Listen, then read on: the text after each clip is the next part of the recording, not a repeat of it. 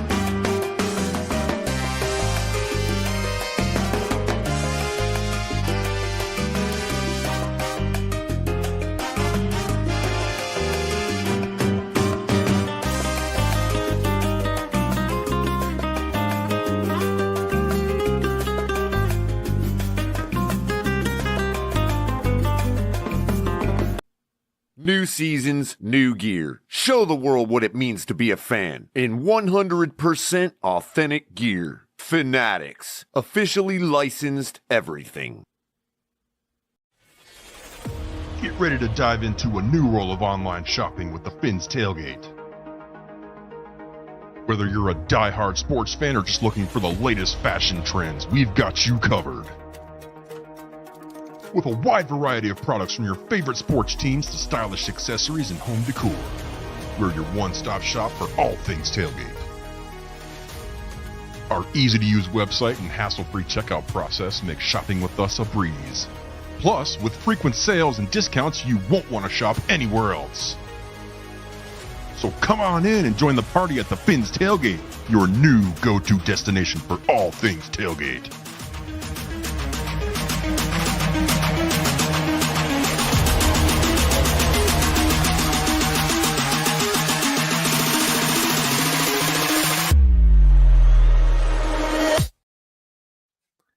And before we get into this topic of discussion, I want to give a few shout outs.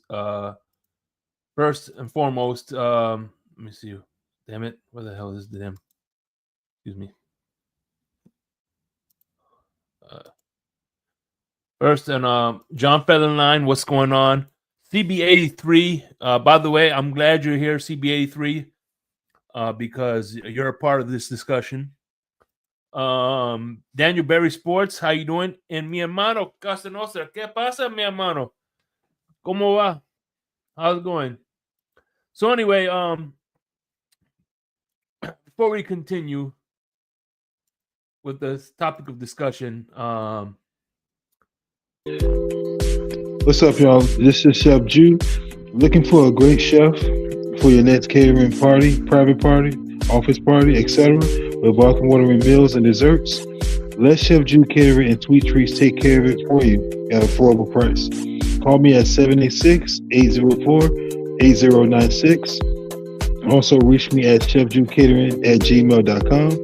Direct message on Facebook and Instagram at Chef Juice Catering. Chef Juice Catering and Sweet Treats. Food with a passion. We do it all. all right, now I see Ali's in the back. He's in his library. I think he's reading The Art of War. I don't know if you know this, but a lot of people think Sun Tzu wrote The Art of War, and so did Machiavelli. They both wrote the book Art of War. I don't know which one is better, but shout out, smash the like button. Anyway, Crypto was in the spaces earlier, and my man CB83, who's a friend of the show, he's been on a few episodes of Insomnia. He's been in the blender.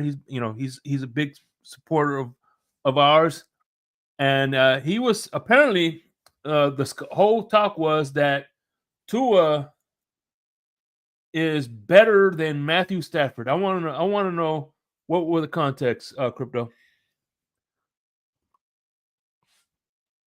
Hang on, Shake. I got a doctor. Okay.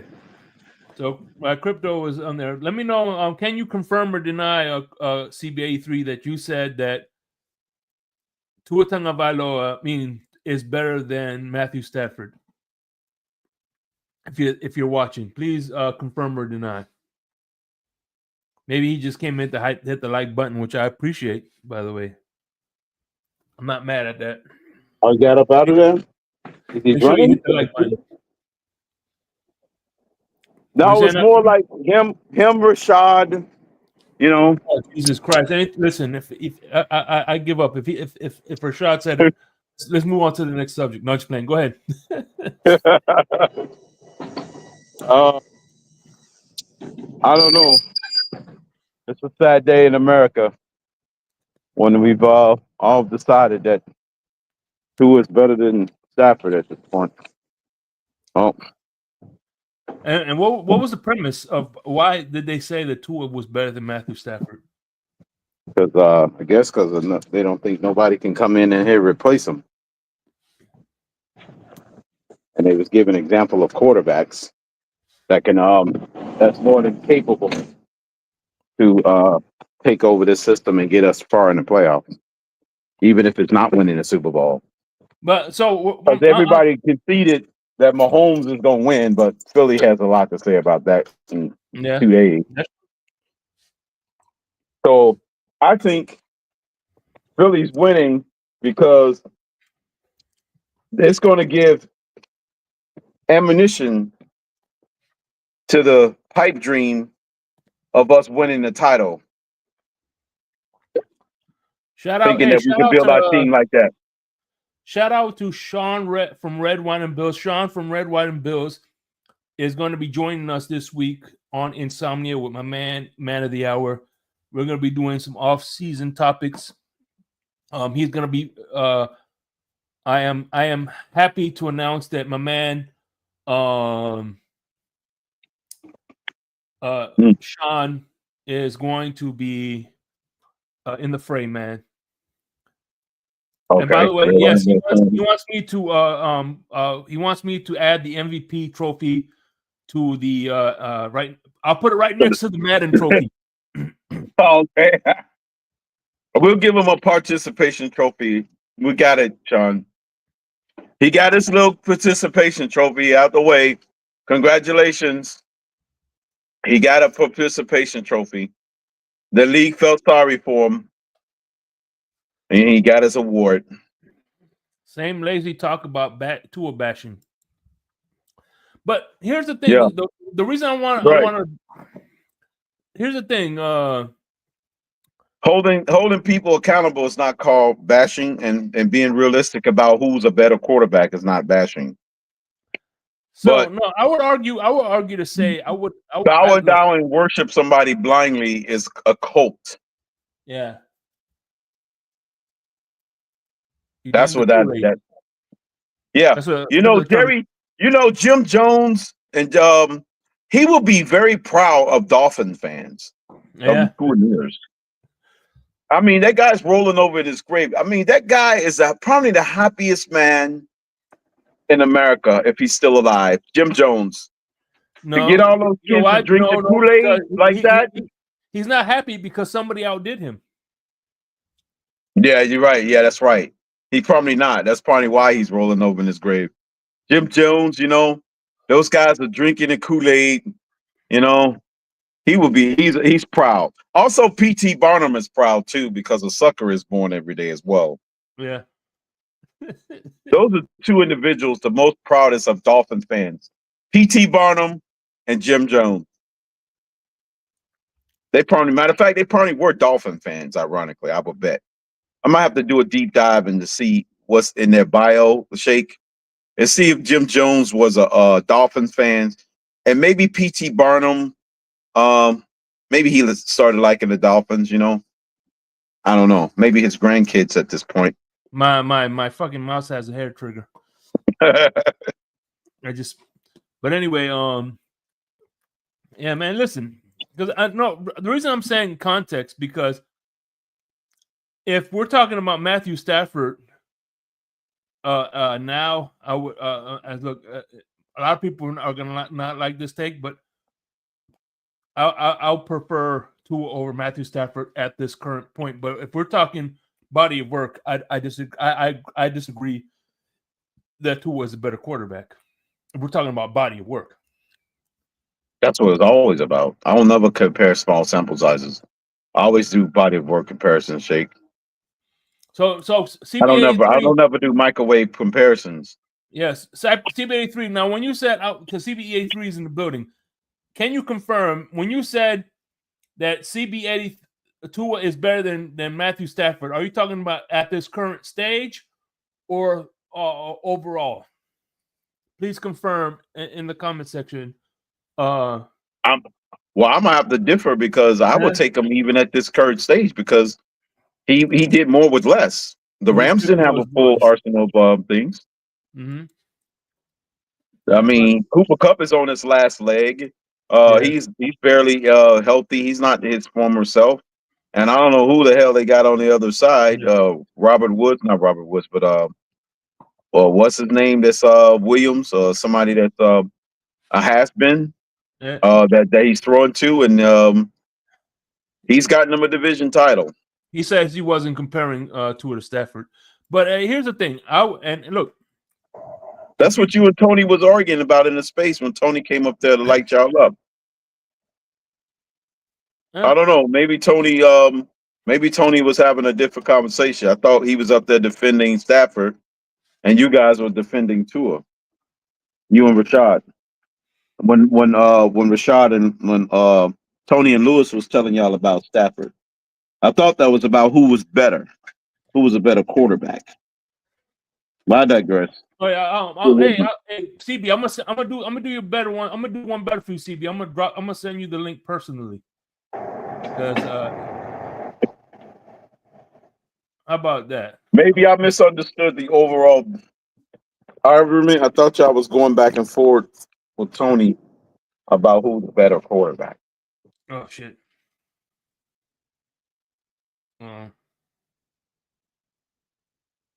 But as far as a general rule, I always start out with body of work, and then if you want a microwave analysis, I'll even say then because so the Rams went further, you know, given their circumstance that they started out. They started out with a bad record just like we did. They rescued and salvaged their season, and Matthew Stafford was a big part of it. They was, I think, 1-4. I think they started out like 1-4. All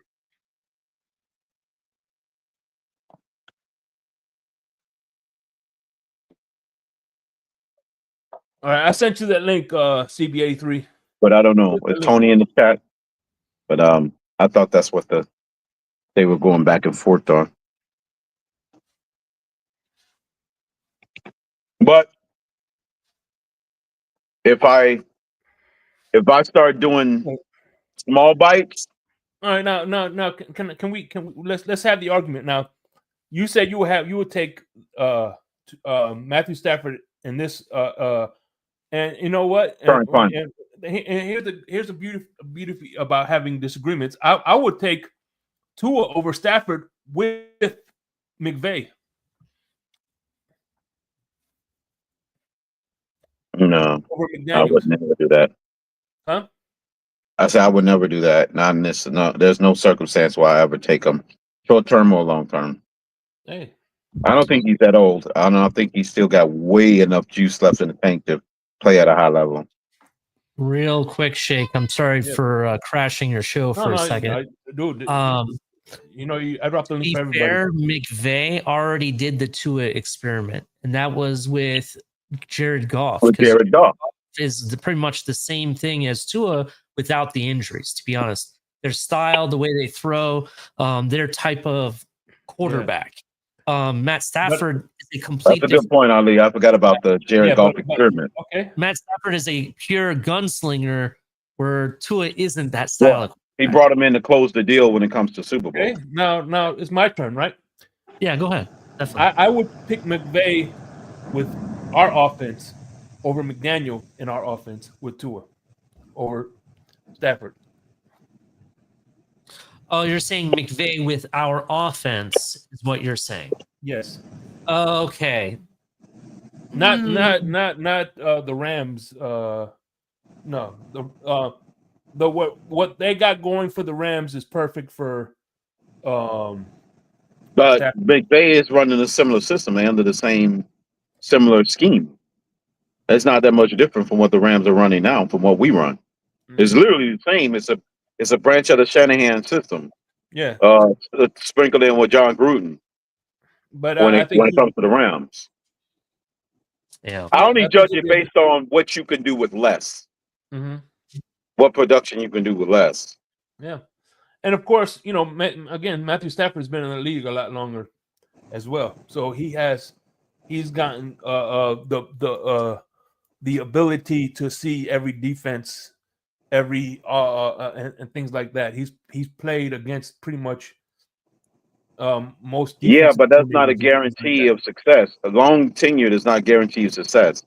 I know it doesn't guarantee success, but it helps you reading defenses when it comes to defenses and making. I get that, but I don't use that as a saying it's Matthew Stafford's fault because he was born earlier. That's basically blaming him for being on this earth longer. Okay. I mean, there's people that's young that can catch on to things a lot faster than some old fart. Yeah, and there's happened time and time again. And there's some people, young people, that take longer to learn the craft. Yeah, but it's not the fault of the old guy. It ain't. I never said it was. No, I'm just saying, but that's almost like placing blame because he was here earlier. because he could be just as stupid on the job. An old guy could be just as dumb as a young guy. Yeah, Tom Brady said it all the time. He's made a lot of rookie mistakes. So yeah. No, I'm just saying you could be in the league as long as Geno Smith or a lot of other people. Ryan Fitzpatrick. A lot of people don't use that argument to defend Ryan Tannehill. Oh, he's been in the league longer, but they still say Tua's better. They don't use that argument to defend Tannehill. Mm-hmm. But we know Tannehill's been in the league longer, but everybody say Tua's better. You know what I'm saying? That's why I say I never use the age and times of service as the actual clinching argument, because it'll easily backfire, because people have argued Tua is younger, been in the league less, and they say he's light years ahead of Tannehill. Yeah. And again, I would like that's what I'm saying. The learning curve. It all depends on the learning curve of quarterbacks. Of course, and I agree with you. Body of work, Matthew Stafford has it, hands down. It's not even close. Yeah, because he could be like you said. I'm glad you said Fitzpatrick, because Fitzpatrick had probably more years than Stafford, or just as many years. His numbers don't come close to Stafford's, and they got the same amount of years of service almost. Yeah, with 8 different teams. Right, he's a journeyman. Stafford, he's a journeyman, right? It's Fitzpatrick. I guess they call him Fitz-Tragic, or what? What's his nickname? It depends on the game he's had. Matthew Fitz-Tragic. It's either a good one, magic, or tragic. Right. It's like a coin flip here. You know what I'm saying? Right. Exactly. Yeah, that's true. It's like a coin flip. It's like, I guess with the group, there's another thing. They think Tua was hurt because they didn't think Fitzpatrick was the right guy for him to sit under. Versus if Aaron Rodgers, he sits under Aaron Rodgers, they thought maybe that type of quarterback is better sitting under. Was proof because of Jordan Love sat under him, the Rodgers, and he hit the ground running as soon as he started in his first full season. Yeah, but so with Tua starting his first full season, it was a little bit of a struggle because Fitzpatrick was the guy he was sitting under. And by the way, there's plenty of footage. There's plenty of footage of this Jordan Love. They're trying to demean Jordan Love's play by saying he learned under Aaron Rodgers. When Aaron Rodgers was on the Pat McAfee show and on many press conferences says, "It's not my job to teach him anything." Well, no, Coach, I didn't listen to Armstead. He's on my hit list. I want him out of the building, so I don't pay attention to nothing. He's your DVP. He's your new DVP. Right, he's my new DVP this season. So yeah, last year was Xavier. I'm trying to get him up out the building. Yeah, last year was Xavier Howard. Right. Hang on.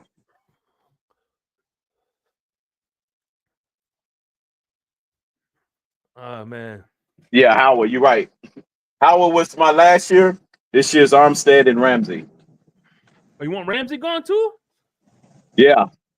Why not move him to safety? No, I don't think it'll pan out like Woodson did. With Eric Rowe? Yeah. I don't know if it'll pan out. I mean, it could work. I'll give it that a possibility. For me, it could work. I just don't think he's ready for it. For me, it's not Ramsey I want out of here. At least Ramsey shows me more body of work in that he cares more than some of the other players on our team. Like, I'm not going to lie. I want Javon Holland You're out right. of here.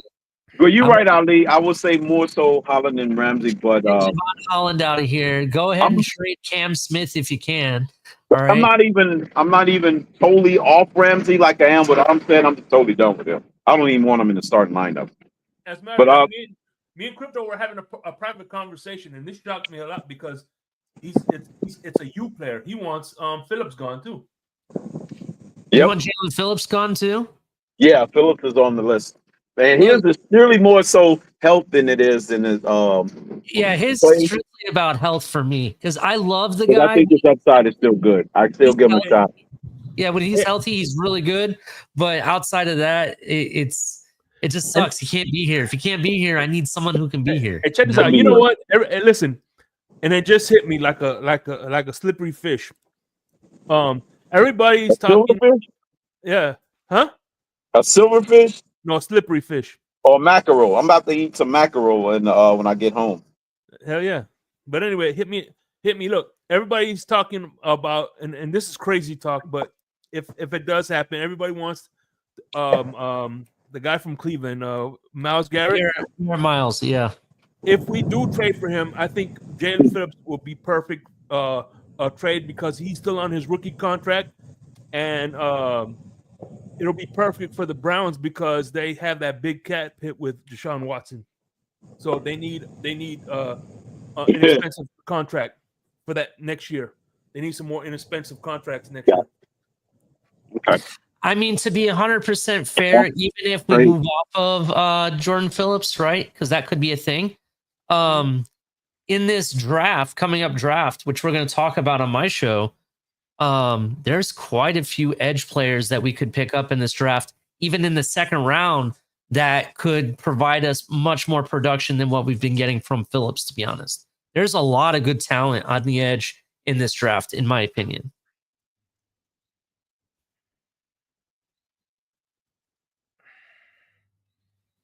Yeah. Damn. Yeah. Here's the thing. One thing about I do not like about this Myles Garrett trade is that we're not one edge player away from freaking being Super Bowl contenders.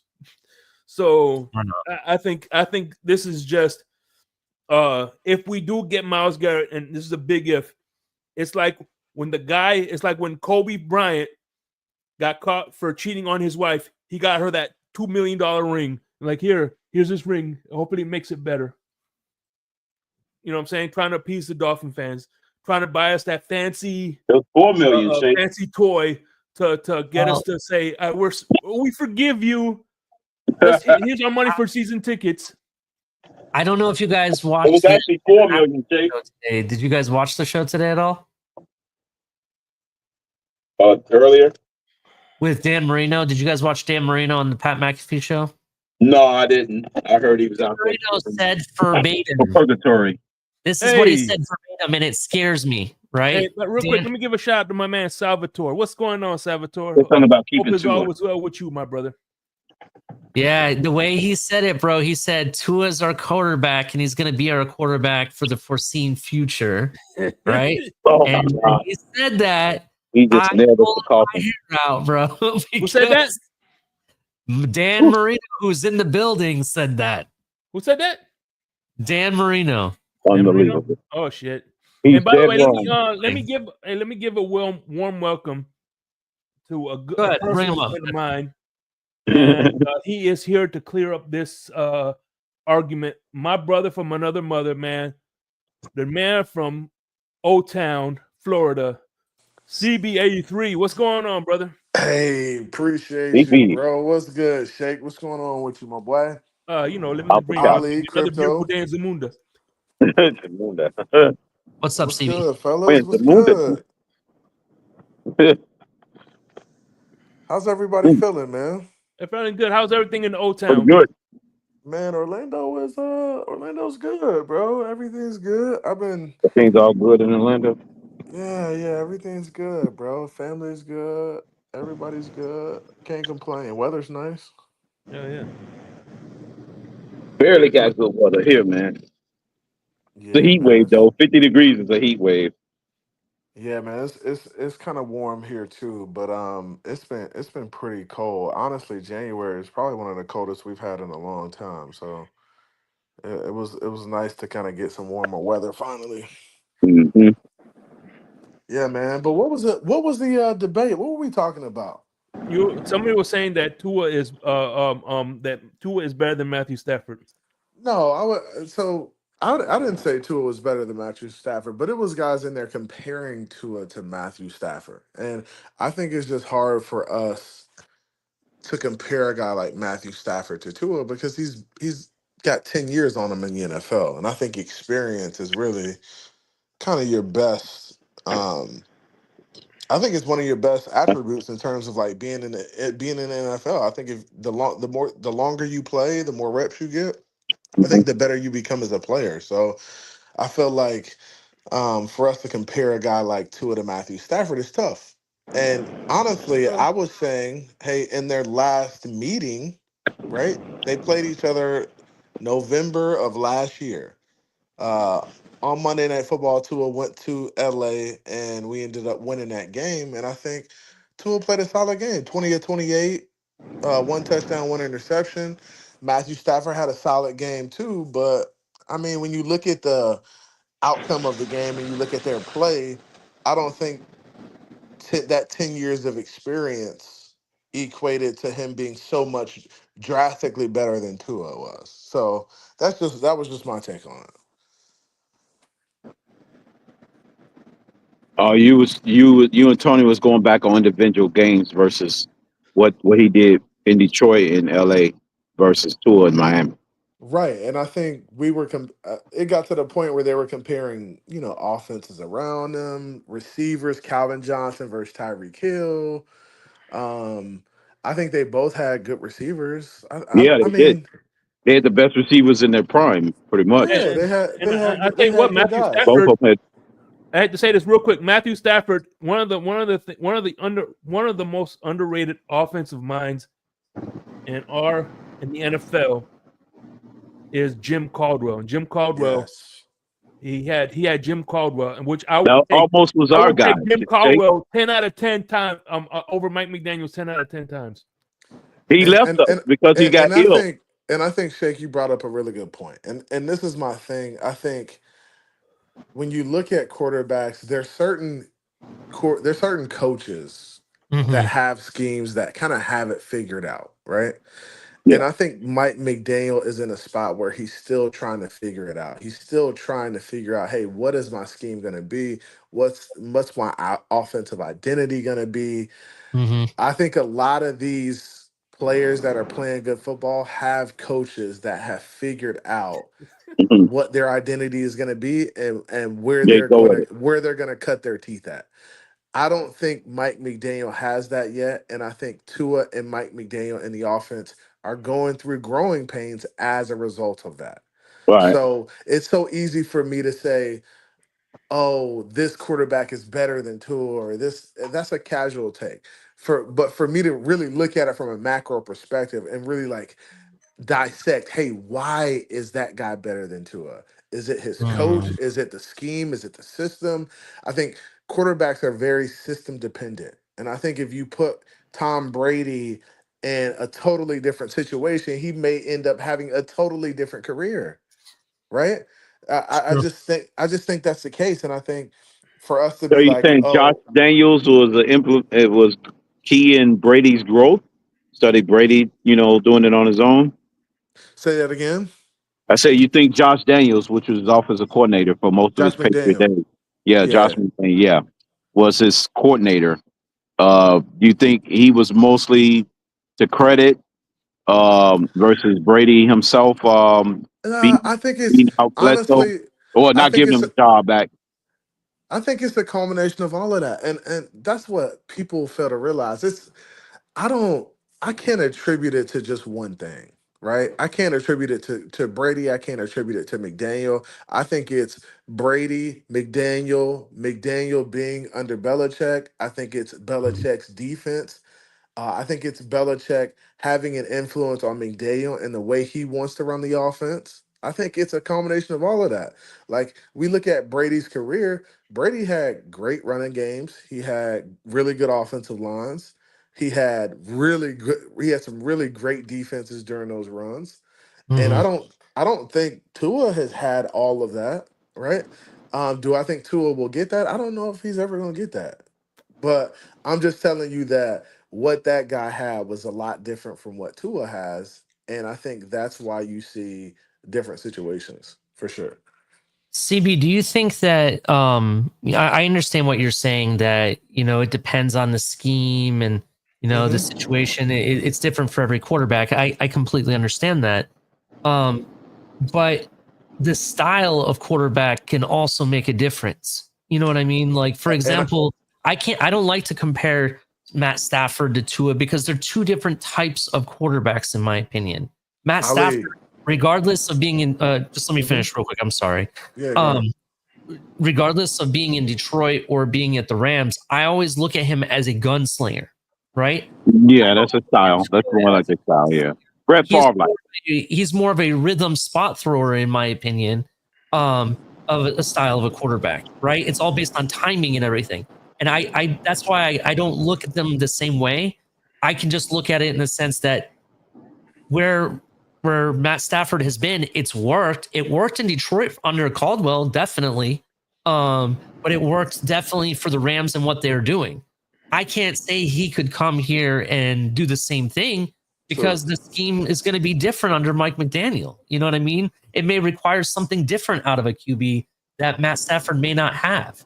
So it's hard to say that one is better than the other because you really don't know until you actually put that piece of the puzzle in place. That's my opinion. And Ali, I agree with you wholeheartedly. And I think that's where we as fans kind of drop the ball. Like we don't consider that. Like we don't consider that. But What's up, Bones? I do agree with you.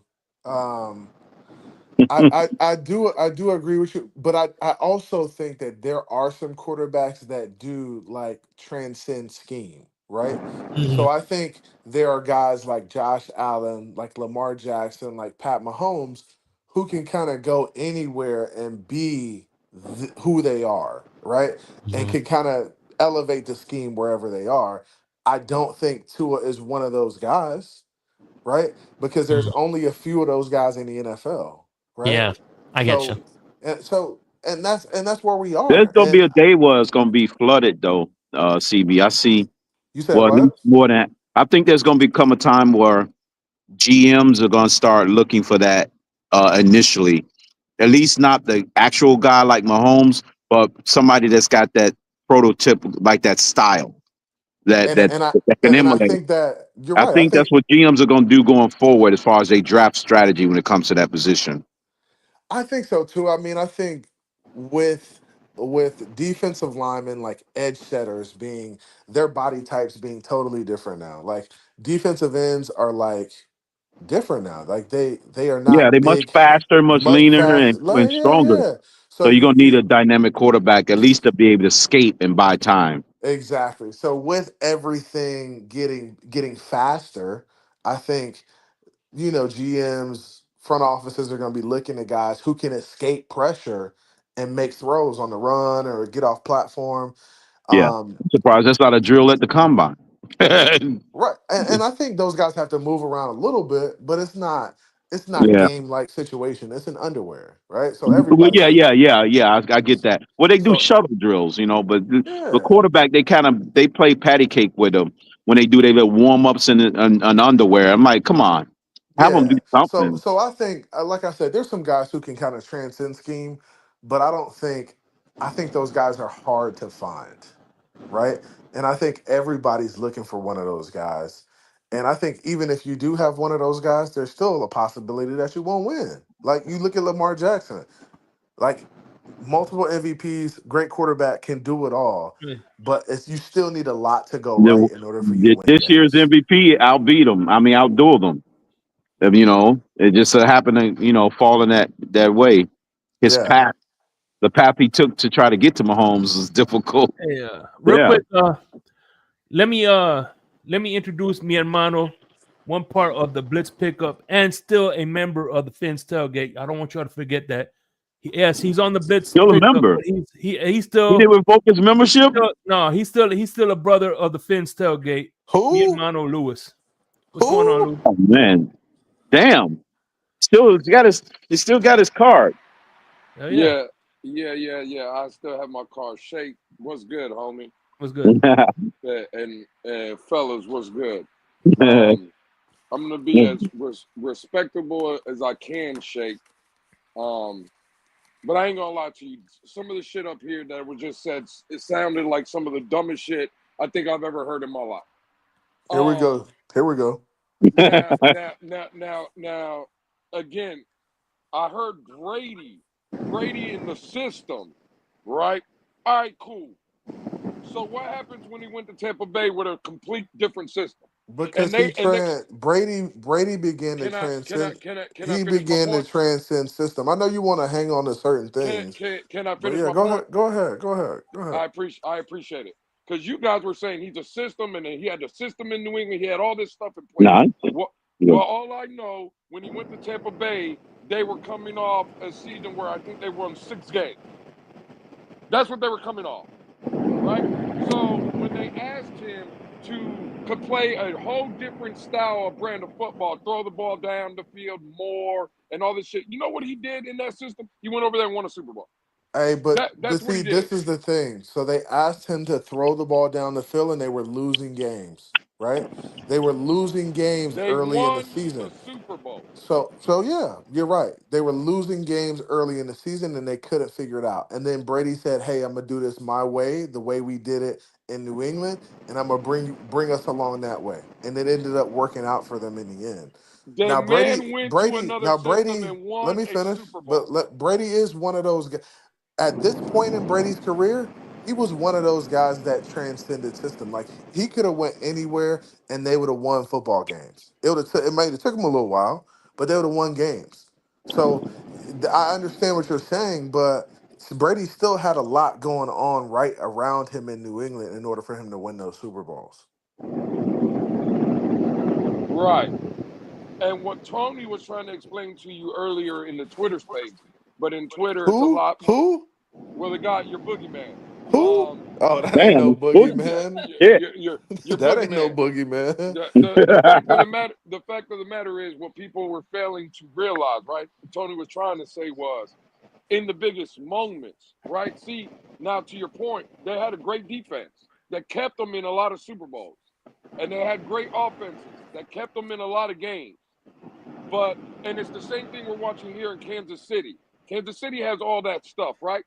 But they don't mention that with 2 minutes to go in the game when Patrick Mahomes is walking back onto the field. You know what they say? It game over because Patrick Mahomes is going to make a play. And all we've seen over Tom Brady's career, and every time he got in those moments when the team needed him, he made those plays. And for the majority of Tua Tagovailoa's career, 5 years now, not 5 weeks, not 5 months, 5 years, when the Dolphins have put him in those positions That's not, but that's not really true, Lou. And it is true, this is my pushback. but it is So true.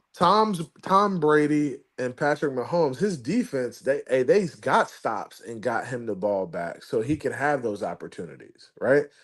They got him the ball late in the game so he could go down and have a game winning drive, Did we right? not? Right, right.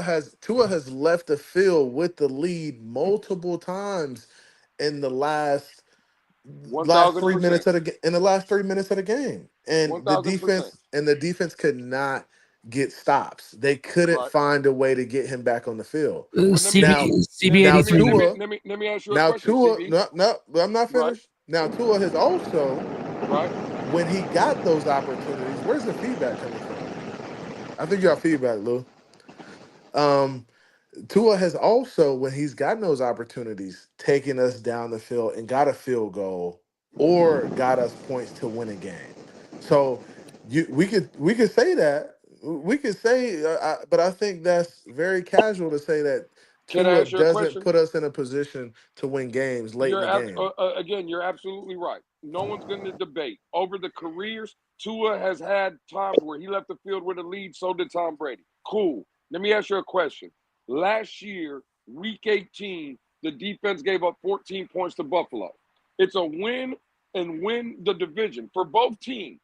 Now the defense gave up 14 points. I'm not talking about in the first quarter, second quarter. I'm talking about for the entire game. That's what they gave up. Yep. Now Tua had a shot at the end of the game. He had multiple shots. What did he do in that game? He had a bad game. He missed. He folded. Now I Yeah, just want to know. Now I just want to know: did the defense create turnovers in that game? I think they did. Yeah. Yeah, they did. You know what? This is what I'm saying. We can But keep coming Lewis, up with these excuses, bro. But Lewis, that happens But it sometimes too. happens to Because Tua more than a lot of times, bro. how For many with how Tua, many CB games? a 83. lot of times, a lot Question of for times. you. Hold up, question for you. How many games did Tua lose us this past season? All the ones he didn't play. And the fact Outside of the of matter that, is, I'm talking about What games. happened in the Texans game? What I'm happened talking in the about games he played. oh, okay, he lost us the Arizona game. Point blank period. Okay, so he lost Do us you the think- Arizona game. What other game did he lose us, Lou? Well, regardless of the fact he lost 5 because he played 11 games, his record was 6-5 in those games. So he lost 5. Are you being disingenuous or are you being I'm not. serious? No, I'm not. Well, again, I'll give him credit. He showed up against Buffalo, so he lost 4 out of the 11 games he played. I won't give him the Buffalo loss. And you talking about games he played in?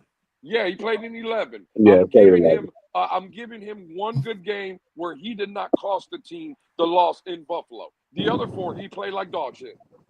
What's the other 4? Houston. Yeah, thank you. What was the other one? Houston, The first Bay? Buffalo game. Arizona, Green Bay, and Buffalo the first time. Absolutely. Okay. So you think he lost us those games single-handedly? Single-handedly, absolutely. Okay. All right. I disagree, but I mean The that's Texans just game, the defense, like you were talking about, how the defense gets you multiple stops and gives the ball back to you. The defense was hanging in there doing that for him, but he couldn't capitalize on anything they did, bro. I mean, we even got an interception on their half of the field, and he couldn't do nothing. So at some point, you got to put the blame on him if he's not putting up the points. So we can put it on him as him or the coach or just him. CB, how many games you say he contributed? Because you don't think he's Him or single-handedly the lost. coach or just him? How many games you think he contributed to the loss? Since you don't think he lost us any single-handedly. So he contributed So how many to he the loss. contributed to? He contributed to the loss in Green Bay, Houston. And the first Bills game, I think, is the game he single-handedly lost us the game with the 3 INTs, getting injured. That's the game he single-handedly lost us that game. Okay, so one I will put single-handedly, that. the other one he contributed to. I will put that solely on him. I think that's the only game I can put solely on Tua this What past about season. what was about that game. Arizona? What about Arizona? The snap, is that what you're talking about? That's the play that you say single-handedly lost us the game. So I'm you saying he asking contributed? you. I'm asking you. That's just They that's a bad play. Bad plays happen. That they contributed to the loss. again they lost by. I just want to go back to the Arizona going real quick for the people because I'm not going to be And here the long. I'm gonna get up. defense couldn't get off the right. field to save their lives. You're okay. Cool. That's fine. I'm gonna get up out of here after this. Against Arizona, I was sitting next to Tony in the building. Our defense that couldn't get off the field all game long gave up less points than the Arizona Cardinals defense did. We lost that game. But that's not a good measuring stick, Lou. Again, I'm just trying to finish. It's not a good measuring stick, though, because you give up more points than I'm just trying to finish my point. That's all I'm trying to do. That just don't make sense to me. Again, that's fine. Well, let me try to make sense for you. Hold on, Fred. They lost the game. They lost the game 28-27 without Tua single-handedly costing the game with a ball that hit his hands for a safety. Regardless of how bad the defense was, according to CB83, the Dolphins win that game by 1 point. So we can sit here and sugarcoat what we want. The fact of the matter is, Tua by himself single-handedly lost that game. All right, can I ask you a question? How many snaps has Tua mishandled in a game this season? Oh man, look at this question off. I forget it, CB. The man single-handedly lost the Arizona game. I'm asking you a question, Lou. How many? So it's not on the center. The center has nothing to do with it. So if the ball hits the quarterback in the hands, it's the center's fault. Yo, so if the ball hits you in the hands, it's always your fault. So if the ball hits the quarterback in the hands, it's you're not telling the me quarterback's fault. So you're telling me when Tua throws the ball to guys and it hits him in the hands, even if it's ball placement. I'm telling you about Arizona. The ball hit Tua in the hands. I'm asking you a question. I'm talking about stay on the Arizona game. Did the ball hit him in the hands? Yes or no? The ball was high. Off the side. High. Oh, okay. All right. What? Y'all have a good night. Hey, Shake, you know I love you, bro. I'll at y'all boys. It was was high. Hey, Crypto. Center, Hey, hey, Crypto. center, Damn. Hey, center, Crypto, can centers, I ask you centers my have bad question, snaps, man? man. What you say, Fred? I said, is not playing contributing to Technically, if you losing? want to say that. Is huh? Absence, you talking about being absent is contributing to the team's success? Yes, Yes. yes, yes, yes, yes, Yeah, yes, yes. that's a problem, Fred. I'm Yeah. not. That's a problem for sure. All right, all right. That's a problem. I mean that's big. That's Tua's biggest thing is being available. Like he hasn't been No, available. no, So no. Come on, we can't say it's his biggest thing, man. Come on, I think no, it his is play has a literally the very biggest a issue whole lot with to do him. with it too, man. Him His not being play, available is his biggest issue. That's not the biggest issue for it. not to me, not well. Of course, it's an issue, It's the but biggest issue. his play has His play is solid. gives His me a play lot of is concern solid. He's too, just bro. not available when you need him. No, he still ain't coming through in big games, bro. Come on, bro. I mean, you're talking about You all know, right. I give So you we one. talk I about give this you big one. game narrative, but I I give think you big one. I games. give you one. I give you one. He came. It was a big game. It was an important game too, and this was very seldom seen. It was against the Jets in overtime. You know how he came through with that right there. You know, to me that was big time in a big game. It was the Jets, but it was a big game because he kept us in the running to try to try to be a playoff team. So yes, he did come through in overtime for us right there with a touchdown. I don't mean That just a was a field big. goal, man. I mean That a was a big touchdown. play. Big But shot. Big yes, play. yes, Big it throw. was a big moment. Yes, you know, but you know that's one man. I can't do People anything. forget. It's crazy how people forget all about this stuff because people are so Hey, clouded by their narratives that they don't even want to look at the other side of and it. first and foremost, let me you guys, you and Lewis had a good back and forth, and praise. I'm gonna tell y'all, I appreciate not going off the rails, and once again, I can't thank you enough for taking your time to come up here and talk to CB. Appreciate you. Hey man, Shaq, you my boy. Y'all better hit that damn like button too, Oh man. yeah, We in here. appreciate you. Matter of fact, man, I'll leave out, hit the like button, and come back. She, I forgot to hit it when I came in, bro. I'm telling you, man. Fred, make sure you do that about 1,000 times. Hey man, I tried to do that. They're like, oh, they only let you do it once, huh? I can only hit once too. Yeah, yeah. So let me Yeah, I ask you, think they CB, let you what do do you it think once. Yeah. the Dolphins should draft this year with that number one pick? Did you? What was the question? You asking me, Shaq, or you asked Yeah, somebody yeah. else? Who do you think? Who do you want the Dolphins to draft with that number one overall pick? I think the number one pick at 13. I think it should be a safety or um, I think it's safety or somebody on that defense that's gonna like really be an impact player. Like I feel like you don't draft a guard at 13.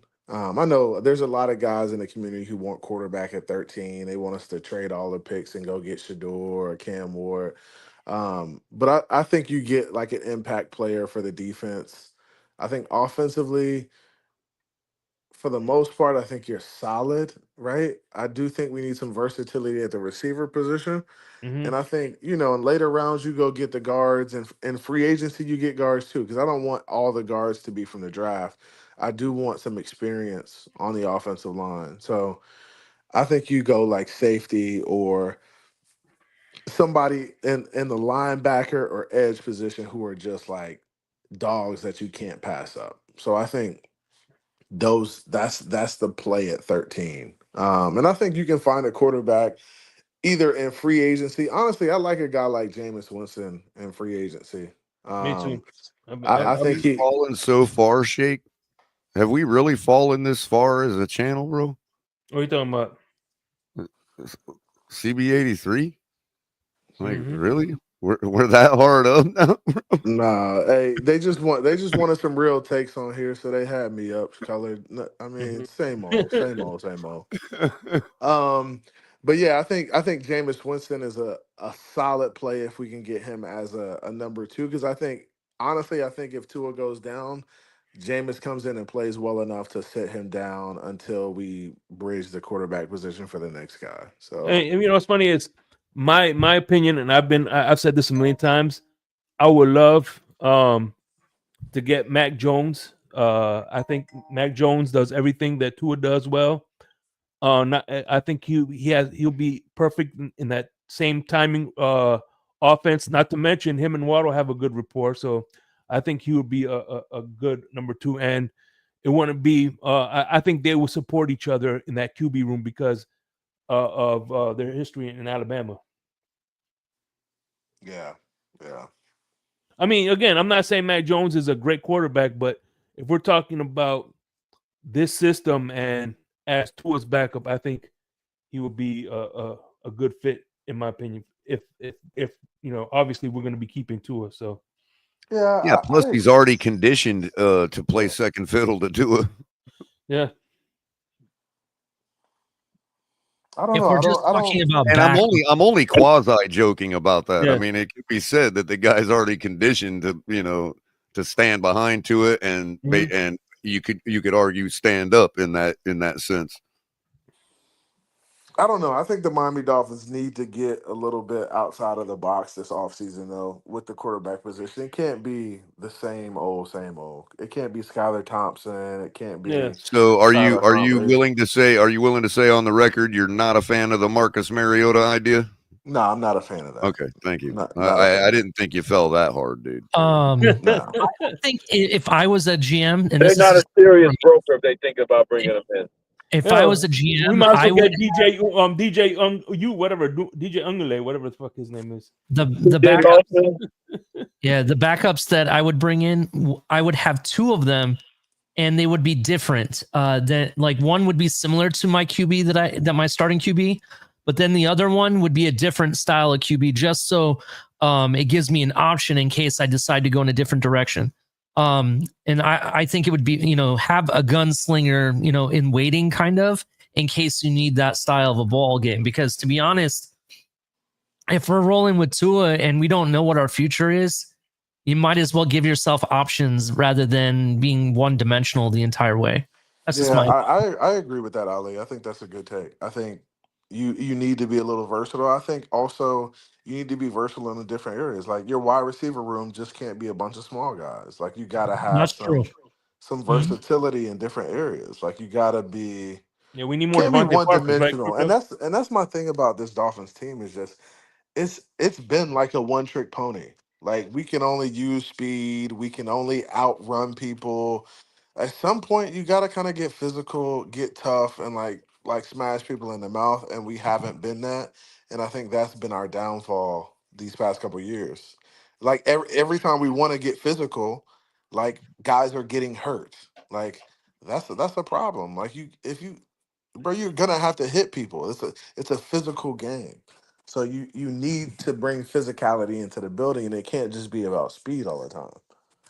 If that's the case, then we're going to have to change up the line because if I'm not mistaken, it ain't the line is kind of designed around our finesse offense It as is. well. It So is.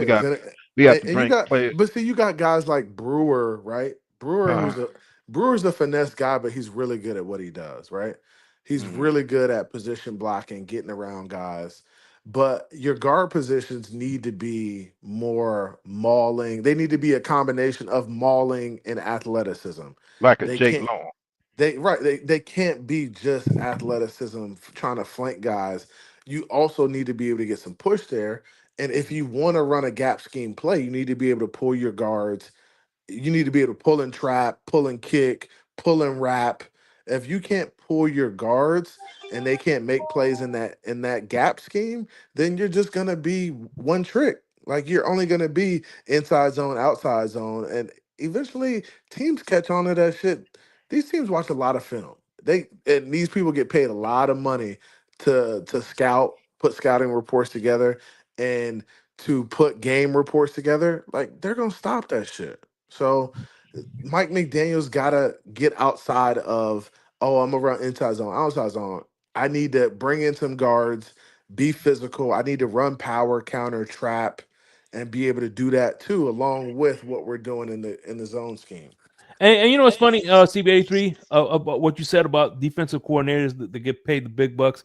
There's people that watch their live streams and they know what plays coming. Oh, this it's going to go. This it's going to. So if the average Joe at home is kind of predicting what's going on, what makes you think that the guy who, like you said, is Yes, making They're big not. money isn't already because but up the game? you're right, Shake. And people think football is like a super complex game, but it's not. Like it's still running, blocking, tackling. Like it's still a numbers game in the box. You're really just trying to outflank guys, get more numbers in the box. Like it's and when people try to make it more difficult than it is, that's when you see offenses struggle. And I think that's where Mike McDaniel drops the ball is he tries to get complicated with these motions and the way Hmm. all it does is it creates confusion, right? Yeah.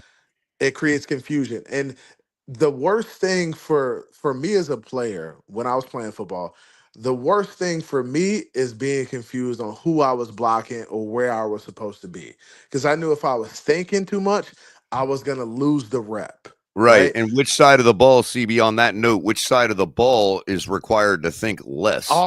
Offense is always required to think, right? That's And what the I'm saying. So defense the defense is going to inherently have a leg up if you're off. ex- In other words, the defense is already starting the game confused. They don't know what the play is coming. but they don't know. But what the crazy thing about the defense is, they are literally just firing off in their gaps and playing football. Right, Like exactly. That's what they're they not do. even That's what they do to mitigate confusion. They just out exactly. physical the guy in front of them. So Hmm. defense are just playing. Hey, this is my gap. I'm gonna fire off in this gap.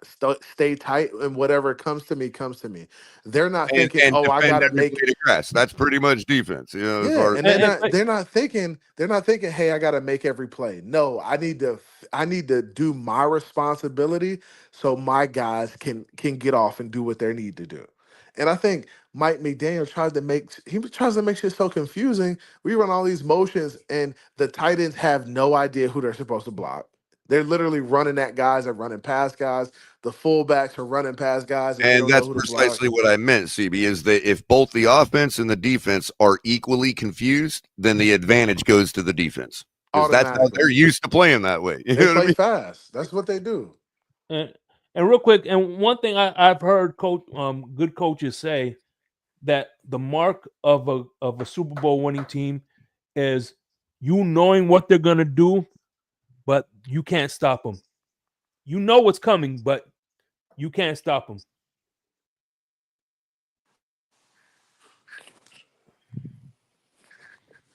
So And she goes right along with what I'm saying, because if an offensive play, any given play, even the simple halfback dive, if it's executed 100% perfectly, every one of them should go to the house.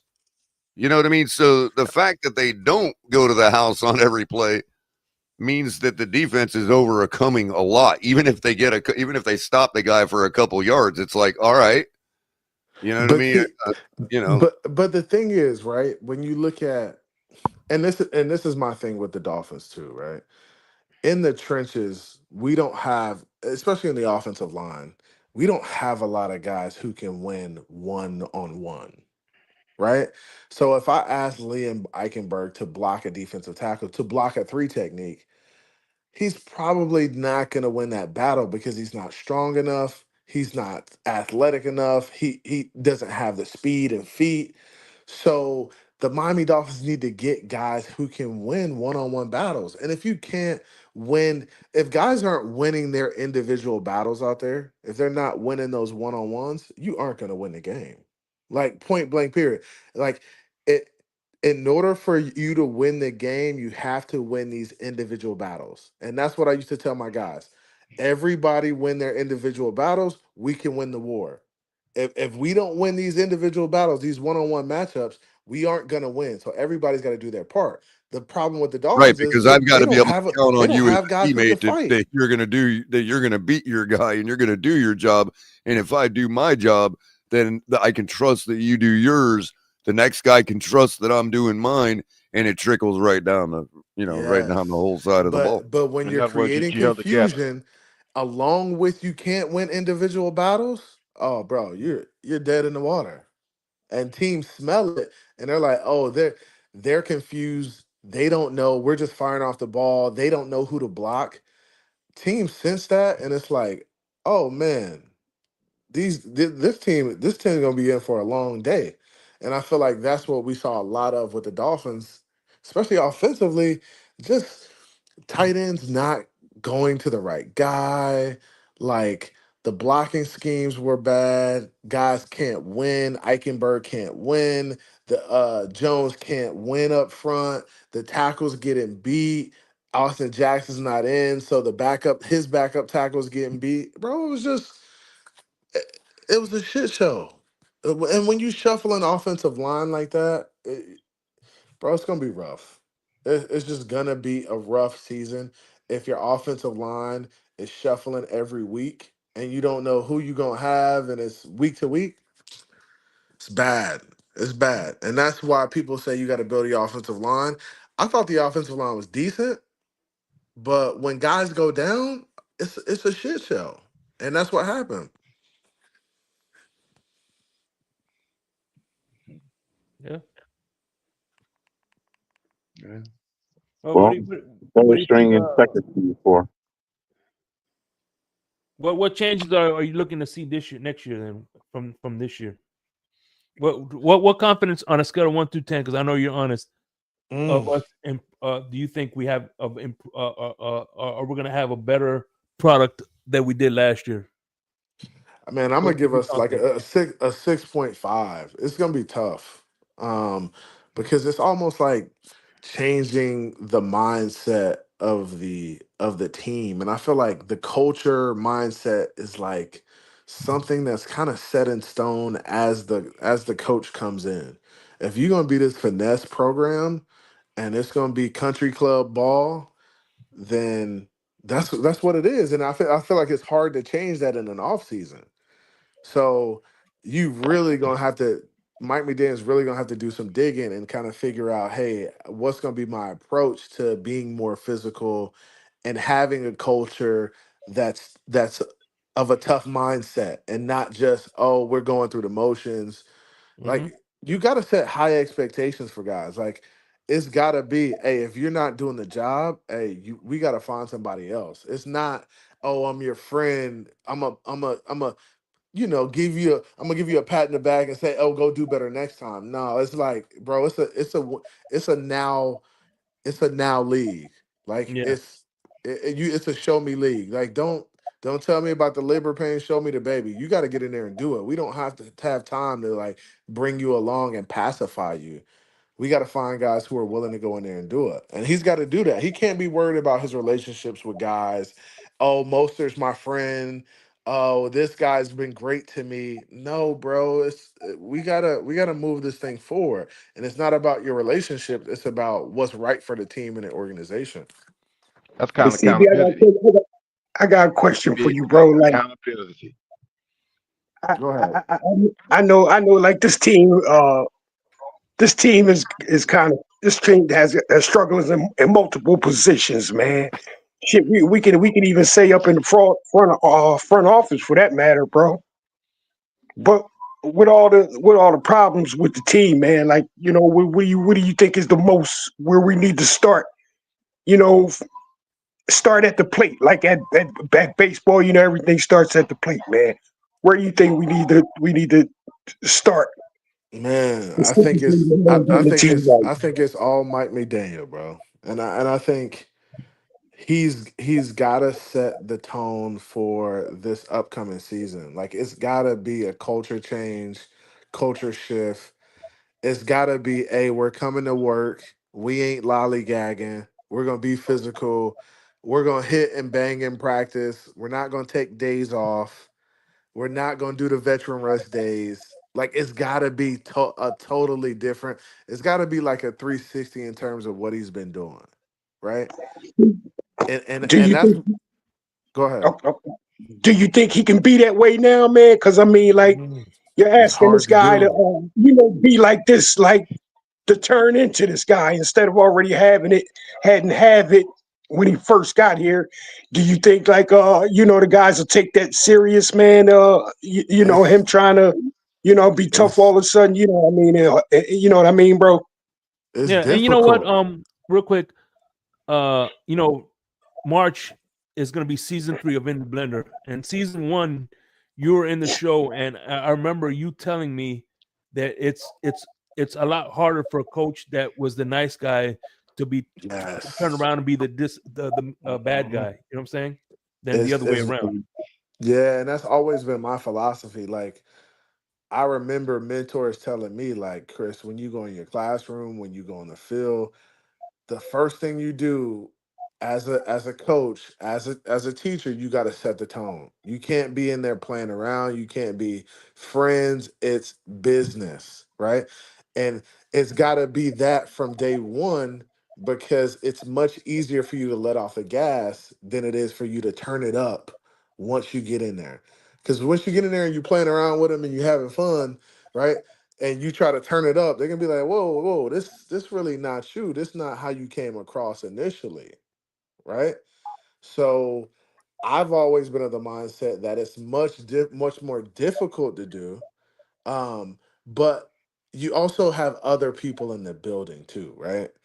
So Mike McDaniel probably brought in a Weaver because hey, Weaver's gonna he can reason with these guys and meet them where they are. He's been in the league, he's been a player, right? He can be tough with these guys. So that's why he probably brought him in because he can kind of do that for the defensive unit. Now, offensively, I feel like is where we've kind of been pacified the most. And I feel like that's where we need kind of the culture shift.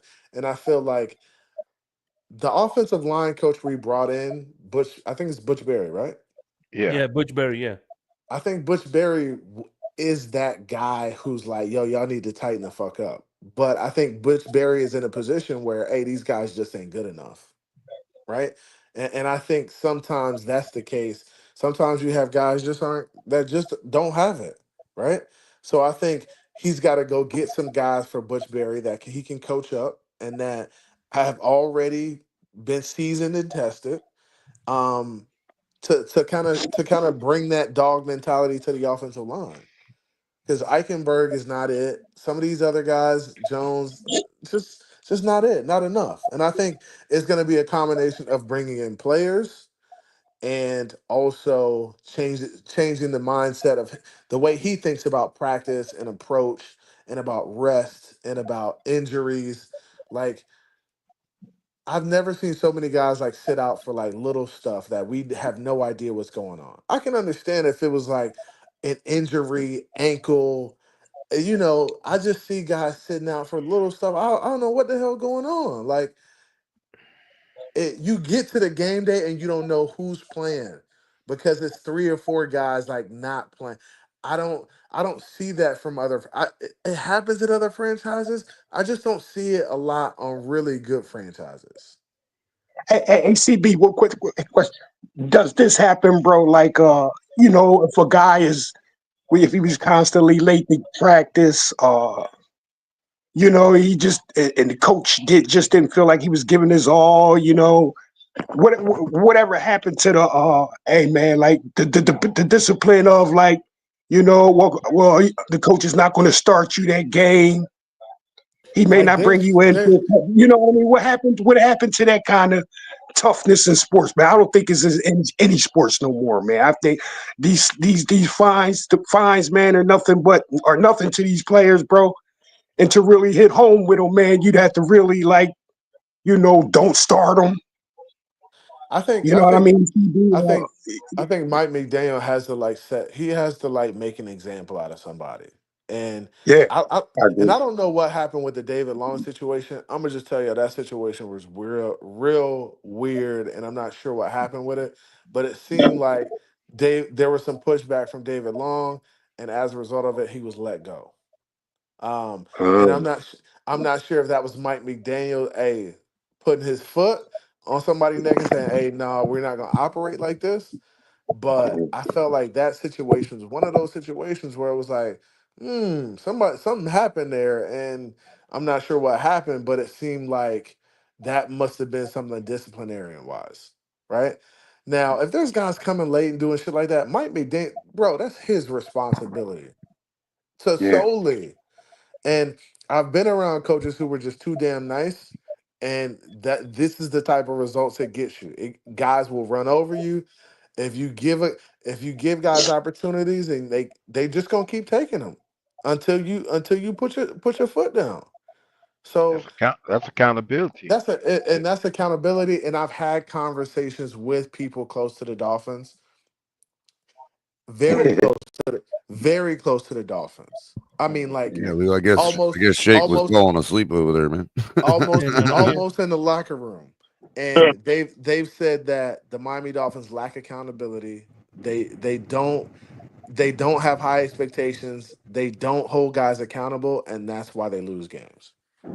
Yeah, 'cause that's like a So like, job. so you thinking maybe like number 2016, we had when Adam Gase cut Dallas Turner and all those guys, and then we had that turnaround and made it to the playoffs. I remember that. I just want to know real quick. So I've been listening, and all I've You heard back. was, You back. yeah, I'm back. All I've heard this entire time is offensive line and coaching issues. So I just want to ask again. Maybe it's me. I just want to run down the list real quick. It was Brian Flores' fault. It was Josh Boyer's fault. It was Vic Fangio's fault. It's Chris Greer's fault. It's Stephen Ross's fault. It's who else? Who else can I scapegoat? Butch Barry. Butch Berry's fault. Vic Fangio. I said Vic Fangio. It's Yeah. what was the special teams coach we just fired? Crossman. Crossman's Danny fault. Crossman's fault. You know what the problem is? Wes Welker. Wes Welker's fault. All I hear is all we do is blame for these coaches. Now, I just want, because again, maybe it's me. Maybe I'm slow. We said players though. Hold on. Maybe it's me. Maybe I'm slow. When we hired Brian Flores, we loved him until we didn't. When we hired Vic Fangio, people in this community told me he was the Lord and Savior. He was coming to fix. A year later, we hated him. When we hired Mike McDaniel, all I heard was he's the right coach for the job because he's not only a guru offensively, but the way he respects and treats players. And 2 years later, the way he respects and treats players is the problem in Miami. Maybe we should look each other in the same mirror that Jalen Phillips and Tua Tagovailoa be looking themselves in, because we are the fucking problem. We are blaming the wrong fucking people. The shit that CB is trying to tell y'all, I mean, it's great. It's cute. It sounds good. It Tua does. Tagovailoa is the problem. It Tua sounds really good. Tagovailoa is the problem. It has nothing to do with coaches. Because Well- next year, we'll fire the next coach we bring in here. All right, all right, Gonna fire the linebackers coach next year, Lewis. all right, Hey, Lewis. It's going to be the tight end. Lewis, you there? Hey, this Lewis guy is funny, yo. He's funny. He should make the linebackers coach. Yeah, Shake. For Yeah, Lewis' Shake, I'm credit, here. though, he's not Lewis- wrong. We've been doing the same thing since what? Since 2000? No, Lewis hit a Listen. home run on Pete's take when he brought up golfing, because that I agree totally with what he said about golfing, the situation with golfing. Hey, shout out to Pete's takes, man. Yeah, the home run with that. No, I'm saying Lou came up on there and dropped the ball. Hey, didn't Lou get that flip And flopper he referred to award? what Shake also No. Shake. So real quick, Hey, Yeah. hold up, Shake. Didn't Lou get that flip flopper award from Pete the other did. day? I don't know. I don't be on I the did. internet. I Like did. like someone says, I don't be on the internet like that. Well, Shake, But no, money. no. Shake, don't worry about it. I did win the 2025 award, and I'm very. It's an honor, right? Coming from a fucking idiot like Fred, it is the biggest honor in the community to have a fucking idiot, right? tell me that I won an award. I mean, it's great, man. It's outstanding. Hey, that was a great show, Fred. No, but Hey, so here's the thing. I'm glad you like, bro. Glad you like. Here's the thing, though. I don't like you said. A thing about coaching. It's the front office. And I'm not saying Chris Greer. I'm talking about the conditions that we allow this. The front office is allowing to happen. You know what I'm saying? Look, you look at the San Diego Chargers. They went through two Right. coaches. They finally got Jim Harbaugh. They're playing a lot better. Absolutely. Washington. They got that coach that took Atlanta to the Super Bowl. They're Dan playing a Quinn. lot better. So Absolutely. Now, So let me ask. look, I'm not right. I'm not trying to make McDaniels the scapegoat, but at the end of the day, it's he's the kind of atmosphere that's going on in Miami is the reason why Vic Fangio got the fuck up out of here. Absolutely, Shake. I agree But with yeah, you. he Now, said that at the Super Bowl. can I ask everybody on the panel, and it's just a real quick because I gotta go. It's just All a right. real quick yes and no answer, right? Does everybody up here respect the job that Bill Belichick has done as a coach in the league? Does everybody Yes. respect that? Well, definitely, man. Yeah. Yeah. Okay. Yeah. Oh, Said Belichick. okay. Great. Yes, Bill Belichick, Mr. Paul. Do you respect him Yeah, as what he's done as a coach? totally. Yeah. Yeah. All right, 1,000%. You know, Bill Belichick was just doing a podcast. I believe it was on the Pat McAfee show. And you know what? Again, Bill Belichick now. Don't take the flip flopper 2025 award winner. Don't take my word for it. Don't take Fred's word for it or shake money. Let's what Bill Belichick told everybody. He said, you know who creates a culture within a football team? The players inside the locker room. They create the culture. That's what Bill Belichick said. He won 6 Super Bowls, and if you want to consider the 2 as a defensive coordinator, that would be 8. Now, an 8-time Super Bowl winner says he's not there to babysit players, make sure they come into the building on time, make sure they execute on the field, make sure the quarterback's hitting all the right way. Those are his words. He said the culture is created by the players. I just want to ask everybody. Yeah. Kim Where Bokamper is? said that too. Thank you, Bill. Bo Camper said that too. I just want to ask, where's our culture in the locker room? Because again, I don't want to keep talking about guys sitting in leather chairs in the front office because those guys don't matter. I don't want to talk about the head coach that's not throwing no pass or making no tackles or blocking on the field. I want to talk about in the locker room who's building that culture. And you know what? Can I and again, let me start off by saying this. At the end of the day, when Tyreek Hill came, he may try to say that Tua's our leader as a PR stunt, but we all know when he went into that locker room, he became the alpha. He became the guys that people look up to. Even freaking Tyreek, even Tua started looking up to Tyreek Hill because the minute Tyreek Hill came to this offense, to his press, you could tell by his press conferences, by the way he was talking about his demeanor he had, that he was incorporating Tyreek Hill's swag, if that makes sense.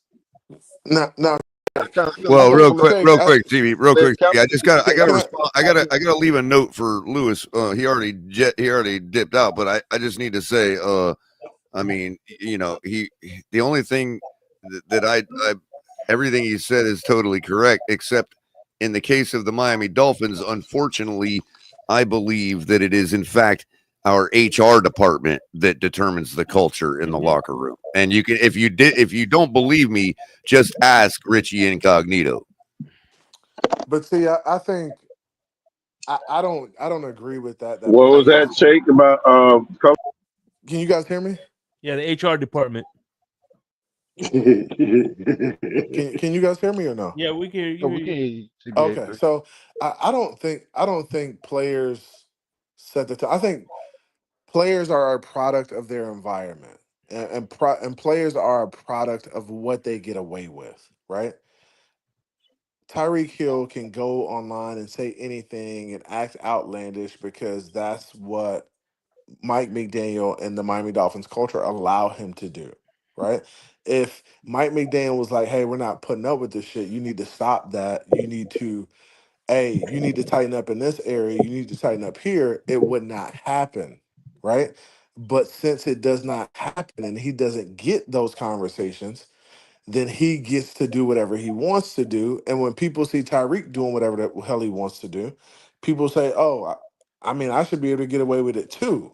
So I think it's a product of your culture that you set. So I think coaches, um, Tyreek Hill Yeah, would I not agree. Tyreek I Hill would agree. not be doing the stuff he does on a Mike Tomlin football team, Or right? Don And Shula. I don't think I It don't just think Well, would. guys would given be. that he already has history coming into Miami, he already has history. So obviously, Andy Reid was allowing it to happen. Well, he wasn't. I mean, was Tyreek Hill as flamboyant and as Well, ask boisterous a as he is KC here? fan. They all want to dump on him all the time. All the KC fans I see always dumping on him. Yeah, but I don't think I think Mike McDaniel has a very lax culture, and guys get away with murder here, and that's why you have some of Oh, these careful. issues. The NFL, you got to say Uh, allegedly but when you but say it. You get away with murder. but here's the other ACB, thing. ACB, Look at ACB. hold up, Fred. I'm talking here now. Hold up for a second. But look at the situation with Calais Campbell when he came here. He came here as what's the word? I shouldn't use the word stub, but he came here with aggressive attitude and he played it throughout the season. You Right. So know, regardless of you have guys like that. Yeah, you have guys like that who you want to rub off on the team, and that's why you bring mhm. them in because you want them to rub off on the culture. But So you really, can't. it kind of goes both ways. That's what I'm trying to say. Some of what Lewis is saying is right, but also what you're saying, the environment also plays a role too. To me, it's a double thing. It's the players and the environment. Yeah, yeah. ACB. I know, I know Bill Belichick, he said, the players have to, set the culture and, in the locker room with guys. But I don't doubt for one damn second that Bill Belichick wasn't jumping in dudes' asses over there in the Exactly. room, bro, when shit wasn't going right. When So guys weren't performing, bro. I don't think Bill Belichick was sitting back and just finding motherfuckers. I think he was letting matter of fact, probably cutting them in and letting them go. Shit. exactly. And that's culture setting right there. The locker room Exactly. shit, that ain't the locker room shit ain't nothing. Like that is what it is. Players gonna be players, they gonna banter, you gonna have fun, you gonna do that. But when it comes time to go to work, right? When it comes time to run plays and practice, and the coach sets that tone. And if and Heck, Bill man. Belichick says that, he says, "Oh, the coaches." CB, sorry to interrupt you, CB, but I was going to say something just to help you, just to enhance what you're saying to Fred. Belichick is saying that in the respect what he's talking about is the locker room. The players Yeah, set the yeah, yeah, culture in yeah. the locker room. When you come into my film room, I set the culture in the film room. Yeah, but this is the thing. Locker room culture means absolutely nothing, bro. Like, what does that mean? Like, what locker room culture doesn't translate to wins. What translates to wins is what you do outside of the locker room, the work you put in, the film room, the study time, what you do in the practice field. Locker room culture is nothing. Like, that's how much y'all like each other. You ain't gotta like each other to go to work. You ain't gotta like each other to get your job done. Yeah, Yeah, but here's the but thing though, CB, TB. It was a lot easier for Bill Belichick to win when To he do that. had a You're constant right. professional like Tom Brady in that locker room, dictating what was going on. You know what I'm saying? The And other thing you can look at, locker room culture, CB. I understand that it doesn't matter if one player likes another or they're friends or not, but what it does build is chemistry, and chemistry does show up on any sports field, court, pitch, doesn't matter. It will show up. And that's something that if you're building a team, chemistry helps you execute better. And that's But what this game is all about, execution. But Ali, but the, I think chemistry is overrated, right? These guys are I think once you get to the NFL, these guys are all professionals. They know how to run, jump, catch, block, But do none of all that this has stuff. anything to do with chemistry, though, But bro. this is None the of that does. thing, right? I understand they all know how to do that. So if I say, hey, your assignment is gap down backer, you need to step to the gap, run downhill. If there's a guy in the gap, block him, go to the next guy. Like chemistry is gonna be a thing when you're talking about the offensive line and when they're doing like double teams and stuff like that. But when it comes down to it, like we have a job to do, right? So if I set the culture as a high Mhm. expectations breed high results, breed great results, and I'm expecting you to be here on time, do what you need to do. When you're running this route, I'm expecting you to be here, be on time. The ball will be delivered by the quarterback. Okay, Like but let it, me ask the question in a different way. What about all the times that we're not on schedule when something happens during the play that maybe the play is broken up? Wouldn't you want to have chemistry with the guy next to you so you automatically know what he's thinking so you can, think on the fly? Chemistry helps with all of that. The better you work with someone next to you, if you face any variable that happens, you can get through it a lot easier, in my opinion. So it does show up. I understand it may not be important to you, but I think it's more of an opinion rather than fact, to be honest. and I get what you're saying, but I think coaches, when it comes to, so when you go out to practice, right, you're Mhm. practicing plays and repetition, you're getting a lot of reps, right? So you're looking at, hey, this is my first read, this is my second read. I'm going through progressions, I'm working through practice. Yeah. When you're setting, like, let's talk about chemistry. Like, of course there's going to be defenses in front of you. When you practice, you have a scout team defense in front of you. Hey, there may be a play where this guy isn't open. Hey, I got to get to my second guy, but I still need my second guy to be on time if this guy's jammed or stuff like that. But it still comes down to like reps, repetition, like making sure that guys are doing what they're supposed to be doing. I don't think it's like, hey, I gotta like you as a buddy. We gotta be friends. Like we gotta have great chemistry type thing. I think it's like, bro, you need to be on time. Like this is what I'm expecting from you. You gotta be here. If Tyreek gets jammed, I need Waddle to be off the jam and be in this location so I can deliver him the football. So I don't think it's like a, oh, I gotta like you to have a. I don't think those New England Patriot teams liked each other. I think they understood they had a job to do. I think they understood that the culture was, hey, this is not fun, happy go lucky country club ball, but we're going to win games because we have something that works and we're going to stick to it. And it may not be fun. It may be dirty. It may be grimy. We may have to like cut our teeth at like being super physical and banging on each other in practice, but it's going to pay off in the end. And I don't think those guys liked each other, but they knew, hey, this works for us and we're going to get it done. So I can get what you're saying. Like, we want people to have chemistry, but I also think it's a culture thing. Like, coaches got to set the culture, they got to have high expectations. And there's a fine Mhm. line between being nice and winning football games. I Because I don't completely, think I don't think yeah. winning football games is about being nice at all. I think it's about, bro, this is a physical game. It's gonna get ugly. We gotta go. Listen, I completely agree with what you said, about New England. It was all business, no play. I get it. I get it completely, right? But one of the greatest minds in this game, Vince Lombardi, said that when players in that play football or any sport, winning is a habit, but so is losing. Could you use locker room chemistry to maybe spread some of those good habits of winning, so to speak? I think it's more about the psychology of the game, not so much about the X's and O's, if you know what I mean.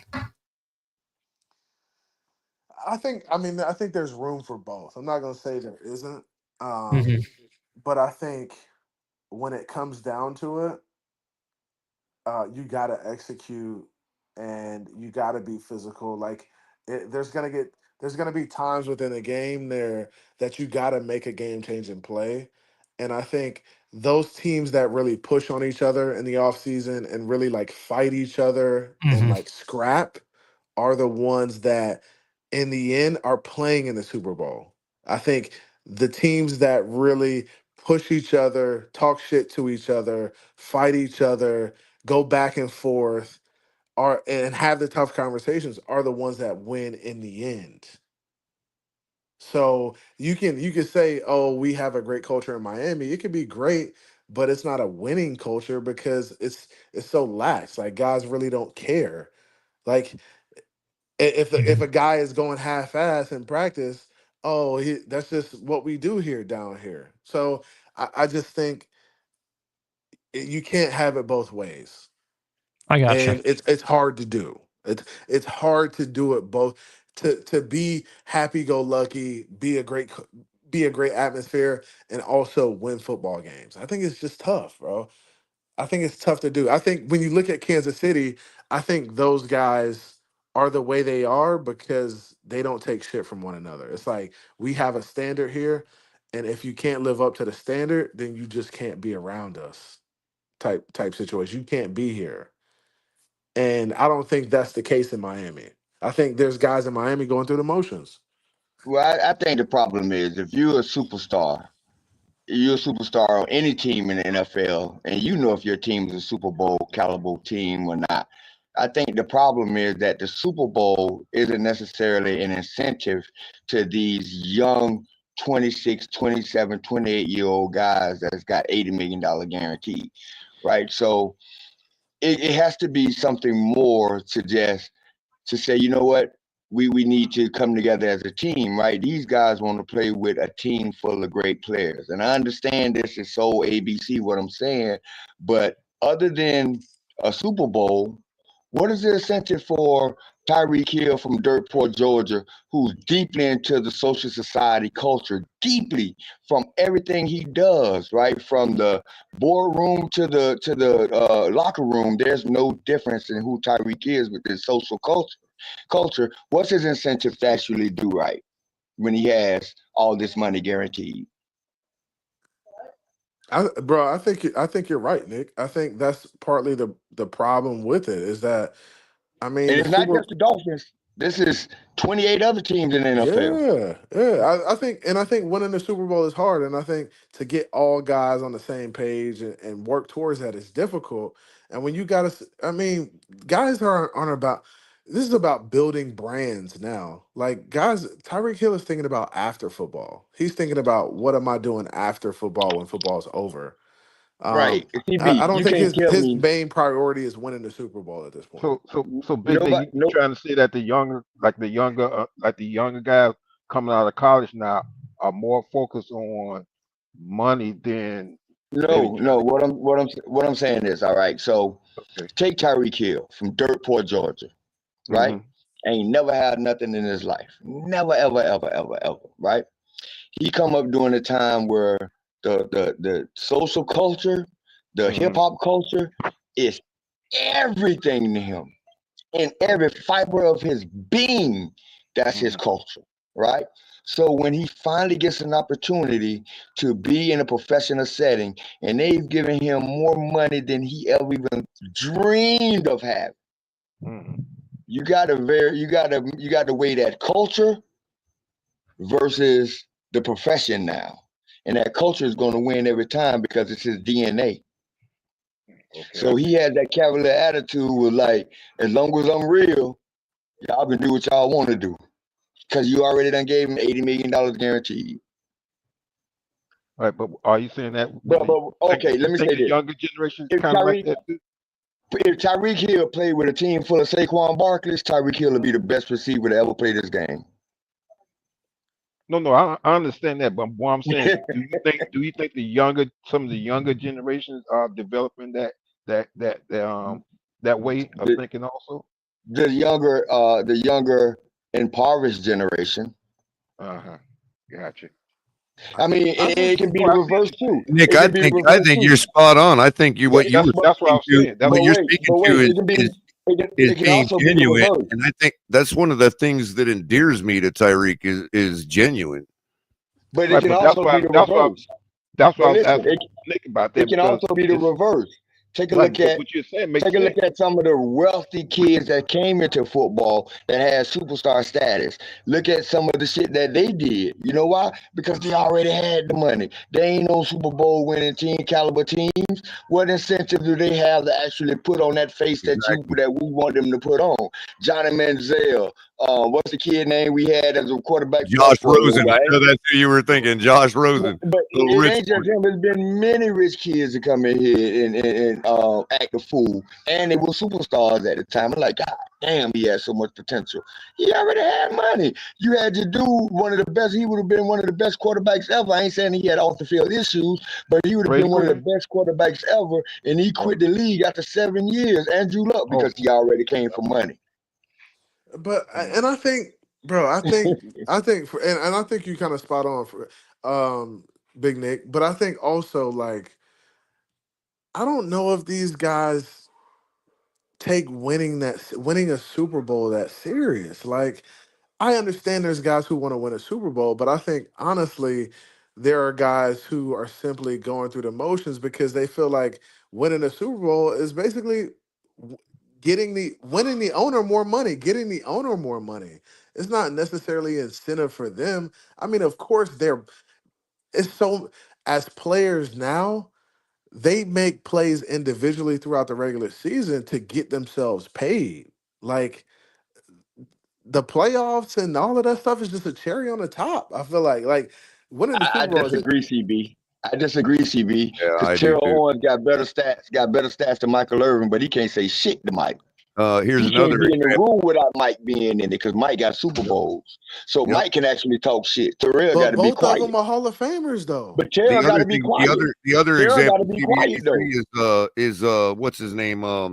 Damn, I forgot who I was thinking So of. so hold on. So you're saying Dan Marino's got to be quiet around Brad Johnson?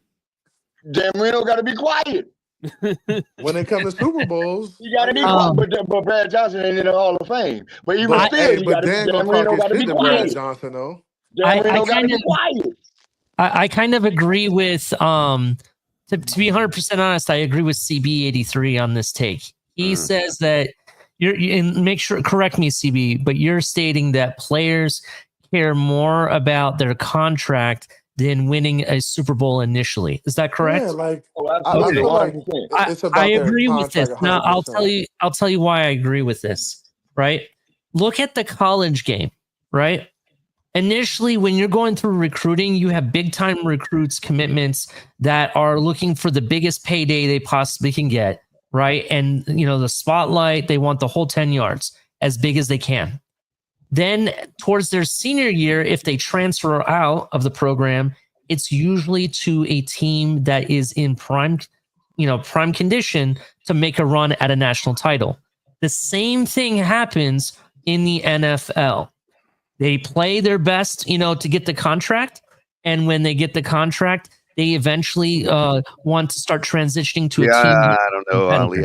Ali, I don't know. Can I chime in real quick? Can I chime in real quick? Give me a second, real quick. Hold on, Color. Let me explain this. I'm going next. I'm going next.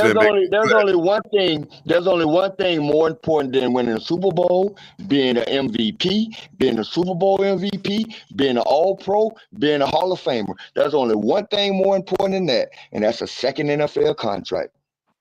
Yeah, you're right. Right, You and gotta that's get the paid. part. That's the part where I'm going to disagree with Ali a little bit. I think that out of all of the total players in the NFL, the number of those players you're talking about is a select few that have that leverage. And most players know that they're not getting that huge, like, third generational money like the big superstars. So their only hope of getting the life-changing perks of the NFL is to win a Super Bowl. And I'll give you a great example. I do believe this 100% that if we would have won a Super Bowl in the 90s era, Richmond Webb would already be in the Hall of Fame. Listen, hold on. I gotta say something. Let me say something real quick. And to that point is when I remember when we brought in Jalen Ramsey, when we brought in Tyreek Hill, the first thing people said to sell these guys, oh look, we brought in Super Bowl winning Jalen Ramsey, we brought in Super Bowl winning Tyreek Hill. you know what I'm saying, a Super Bowl winning Tyreek Torrin Armstead. So when we brought in these free agents that had Super Bowl, when the PR people were announcing that we acquired them, the first thing they mentioned was them winning a Super Bowl. Yeah, that's for the owner. The owner makes $1 billion. Like each owner tomorrow is gonna make about $1 billion just from that one game alone. But to be 100% honest, what he's saying, Big Nick, is those players didn't earn that clout from the fans without Not being quite $1 billion, Big Nick. Shake money. To your point, though. All I'm saying, when they announce that's a Super Bowl winner, right? We bringing in a Super Bowl winner. That is for the owner. That is for the owner. Like, we know just because you won a Super Bowl. You're correct. Just because you won a Super Bowl over there don't necessarily mean we're gonna win one here. We're fans. Right. You're correct. You're correct, Big Nick. But what I think Shake was just saying is the clout that brings was earned by winning a championship, not by getting another contract. You know what I mean? Yeah, I understand that, but I don't think that really garnered much clout from the fans. Well, I think they garnered more clout for the owner. The ones that are half paying attention. You know what I mean? Real quick, we got Super Bowl champion guy on our defense now. You know, them kind of people. Man, we've never been more excited. We've never been more excited than when we got Ndamukong Suh. Do you guys that know Super how Bowl many status is good? But I'm just saying, like, we can name players who didn't win the Super Bowl. Sure. It's not everything. Do you guys know how many players?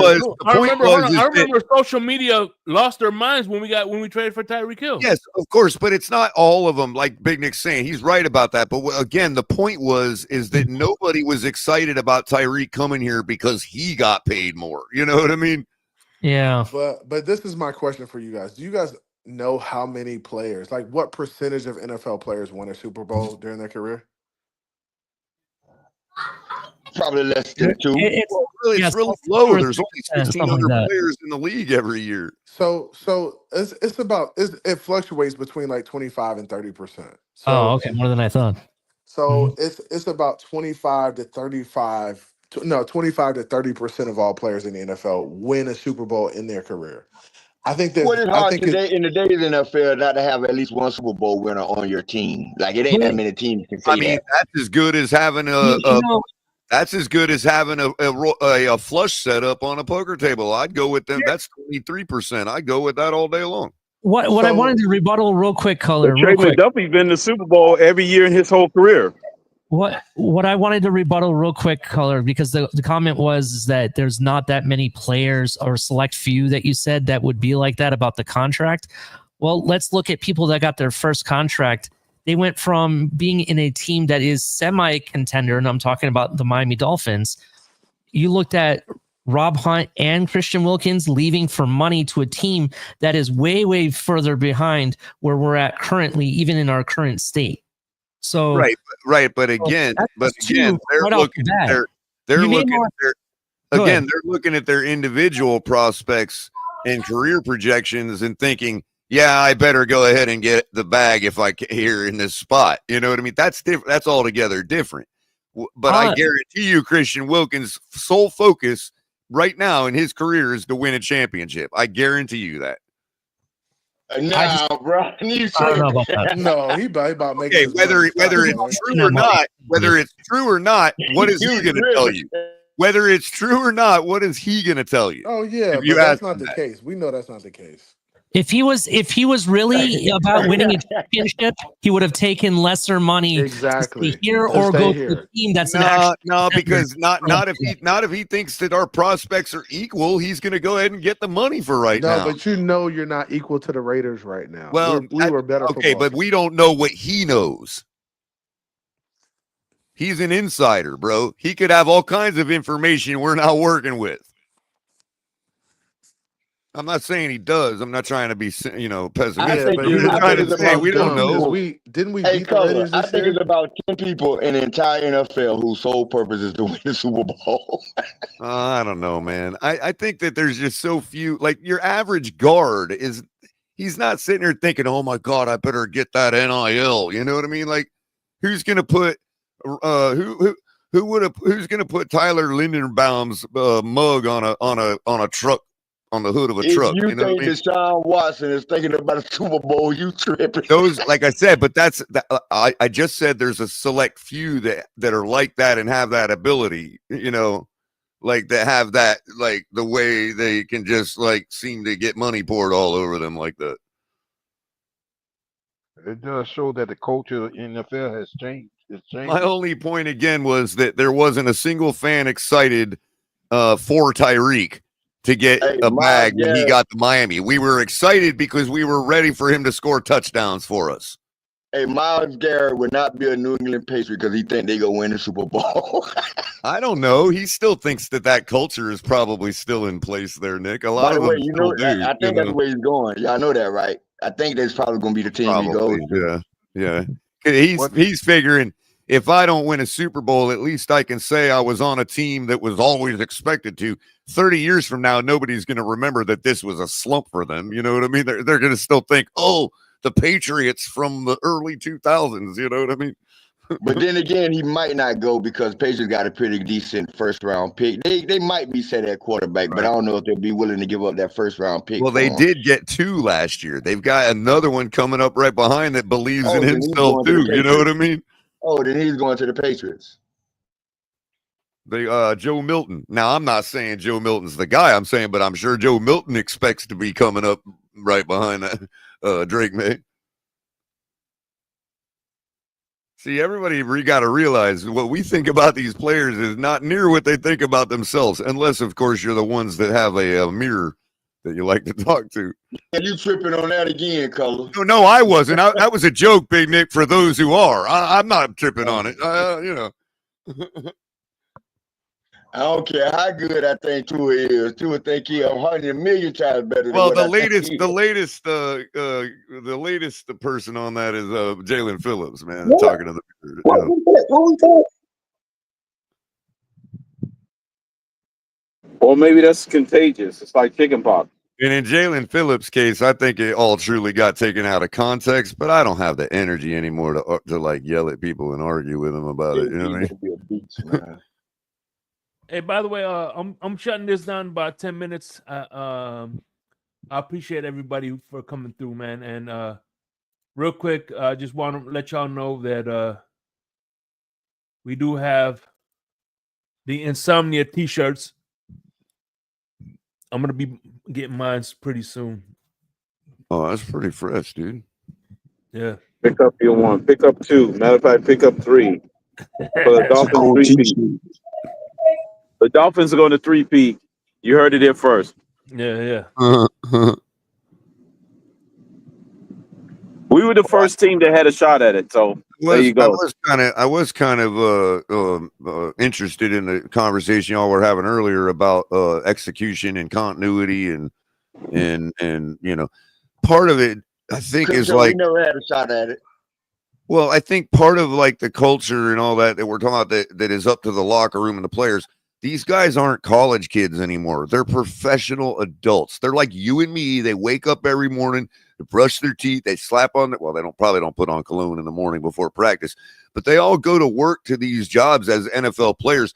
Just because we see superstars doesn't mean that they still aren't professional adults that are in their 20s and 30s that like, yes, it is up to them to set the culture in the locker room. Absolutely. It's up to them to hold themselves accountable and all that other stuff. But what I was going to say about continuity was in 71, 72 and 73, of course, the Dolphins actually were known for having a sort of a system we have now, a highly timing based system where you know, the formations were actually set at the line and changed at the line. So they were I saw some old footage. They were actually running some really wicked formations. And we think we do some weird stuff in our backfield. You should have seen what we were doing in 71. Anyway, hold real quick, Big Nick, real quick. You'll appreciate this. You'll appreciate this. Hold on. So real quick, Big Nick. When he threw like 14 times in the Super Bowl. Right. Well, in 71, in 71, you know, we had the timing thing going on. We were everything was executing. And I watched this video, Big Nick, on YouTube. It was a Dallas Cowboys centric content creator, but it was a video titled how Tom Landry broke the Dolphins' 1971 timing offense. And it was all about how, first of all, half the video was explaining what Miami was doing in 71, which was amazing to me, by the way. I thought it was a great watch. But it also explained how Tom Landry disrupted all that. Now, did the Dolphins go home and say, oh, we got to change our whole offense and we got to do this and that and the other? No, they said, we've got to execute better. And they came out in 72 and executed no better than anybody else could. You know what I mean? Like better than anybody else could. You know what I mean? Like perfection. So Well, I'm just saying that, like, continuity and being able to trust the guy next to you and all that in our timing-based offense. Yes, it is probably the most critical thing. I think drafting Jim Langer and trading for number 66 had a lot to do with them next 2 years. Oh yeah, too. yeah. Did we have Zonka in Did we have Zonka in 71? Yeah, we did. Zonka came in like 69. Okay. Yeah. Yeah, but regardless of whether we lost that year or not, we still are the first team to go 3 years in a row. So right. I mean, for me, Color, in regards to the locker room and stuff, the argument, I mean, does locker room culture really matter or not? To me, it does. And the reason for that is because the question was, though, who sets it, Ali, the coach or the players? I really think the players do ultimately. That's why you try to recruit, if you're in college or in the pros, you sign a player that has high locker room presence, right? Players that gravitate them because, and what does that mean? That person has leadership skills, right? It all comes down to leadership. And for me, it really does matter, but not in a way that you can, like, how do I say this? Like not this. a way like this. When you're at your company, you got all your fellow employees, and you all are subordinates to the manager or the district manager, whoever's in the. Now, when y'all are at lunch at the lunch table, if that guy doesn't mingle with y'all, then it's up to you all to set the culture at that lunch table. There's a big echo with you guys. Big echo. What's that? There's an echo. Is that coming it's from on Big Nick. Big Nick's the one that is echoing. Right.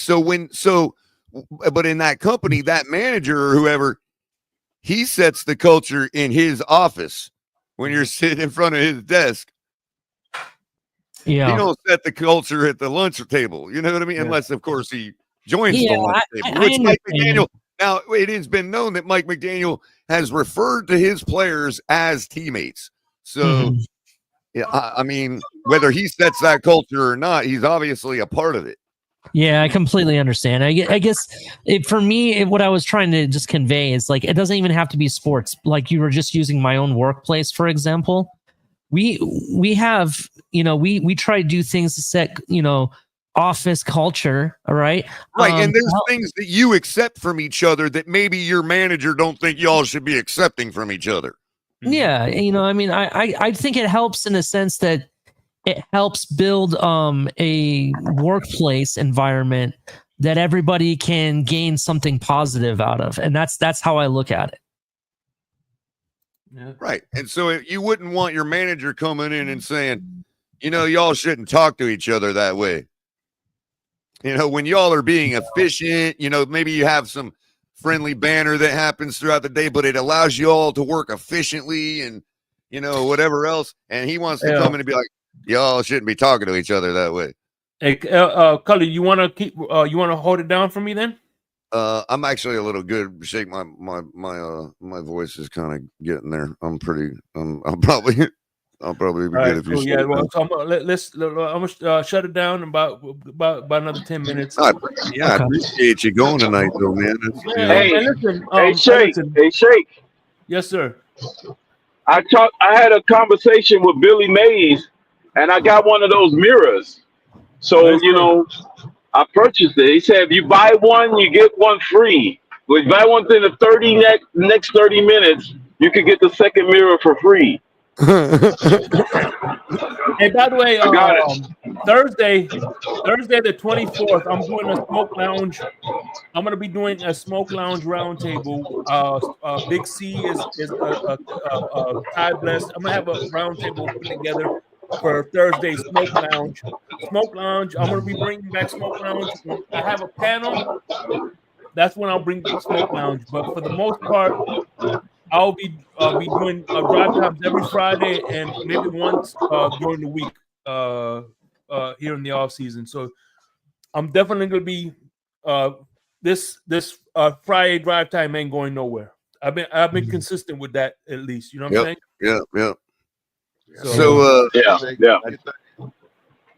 I just had a question for you, Shake, and I forgot what it was. And real quick, and the end of February, Saturday morning, W Wrestling Show is back on. Oh, that's what I was going to ask. Wrestling. That's what I was going to Oh, tell you about, Jake. In the W just reminded me of it. So I asked on the fly the other day. I wanted to see if anything changed. So I asked Gemini if about the Finn's tailgate again, right? Yeah. And it totally said, it found the channel, right? Not that properly this time, but it was like it looks like the main attraction on the Finn's tailgate is a host that goes by the name of Shake Money and Dubby. Dubby. Oh man. Dubby is one of our. Did they got the creamsicle? Did they got the creamsicle one? As long as they get the creamsicle one right color. That's funny, Colin. Didn't mention any one of us. The rest of us just said shit.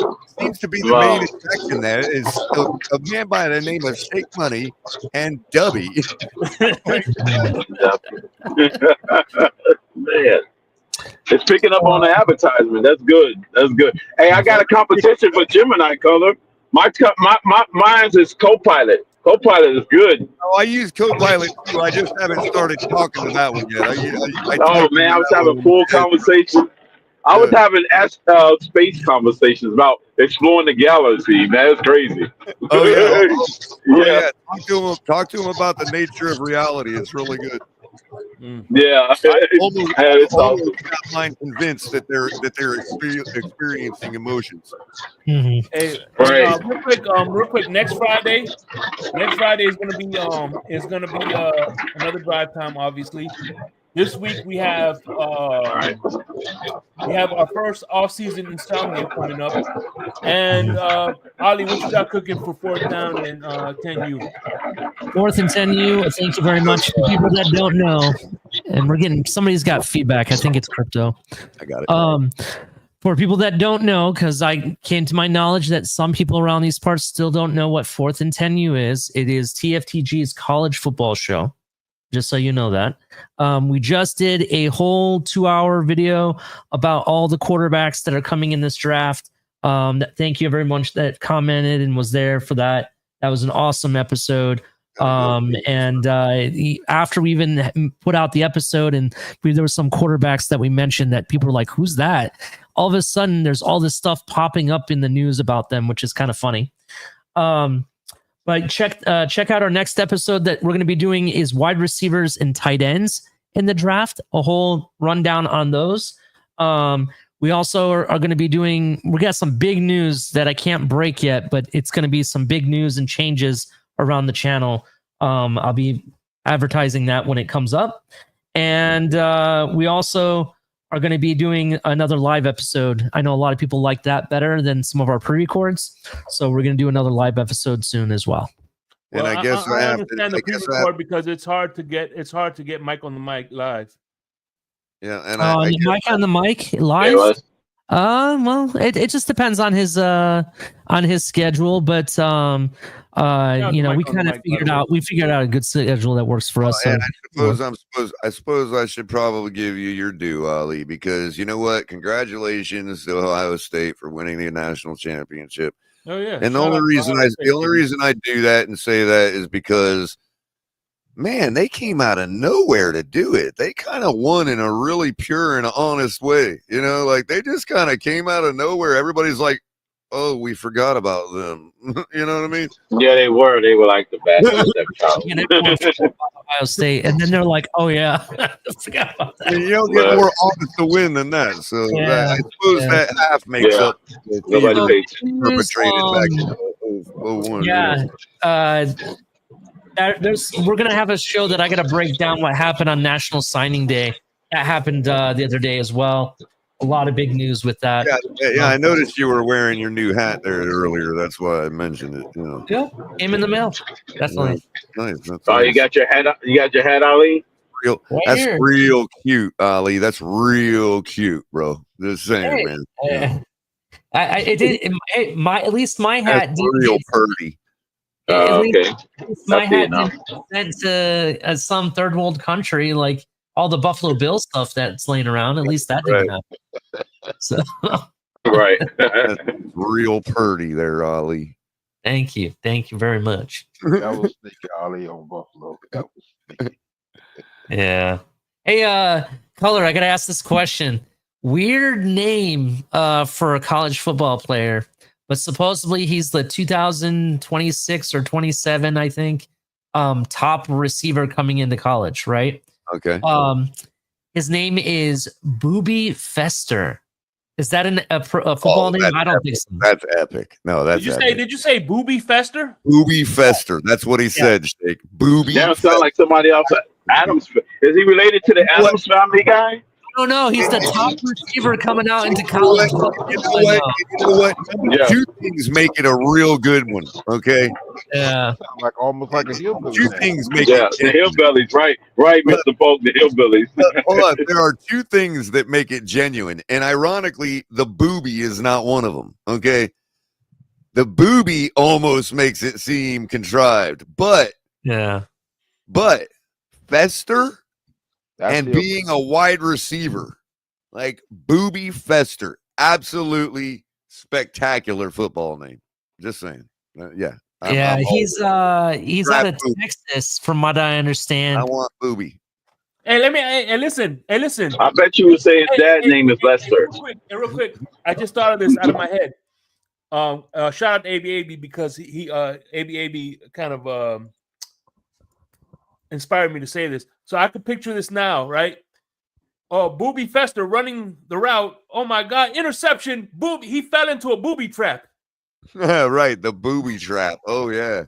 So Color, from what I understand, his middle name or nickname is Booby. Ethan is his first name, but everybody calls him Booby. So and he'll be the guy that makes that for us that every championship team has one where they got a guy that when the crowd yells his name, it sounds like they're booing the crowd, but we all know they're not booing. You know what I mean? That's true. Yeah, it's gonna be boo. Everybody's gonna think we're booing. You know. Hey, at least we can go to a game and yell out boobies for once. Boobies. Hey, listen, if he goes to Atlanta, it'll be Boobies and Penix. Boobies and Penix.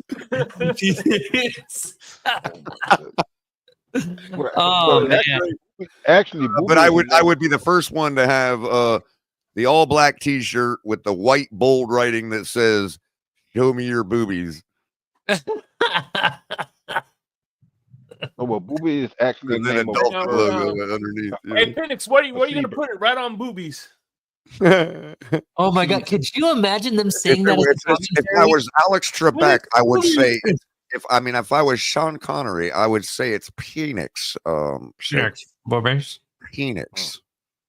His name is Michael Penix Jr. Michael Penix Jr.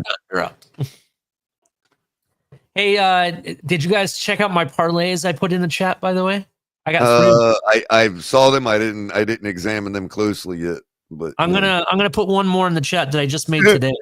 So, bro, I'm sorry, I can't. I'm running from the Super Bowl. I ain't laying down a single dollar on the Super Bowl, bro. Yeah.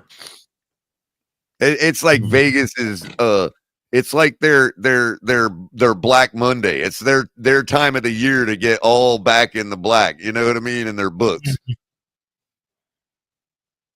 Good point. You had to avoid it like the plague. Oh yeah. But anyway, let me. I never understood why we say back in black for being positive in the money. Thanks for allowing me to come up. It has to do with the color of pen. All you guys. When you're in the red, they use a red pen. When you're when you're positive, they use a black pen. So it's in the black, not in the green. Hey man.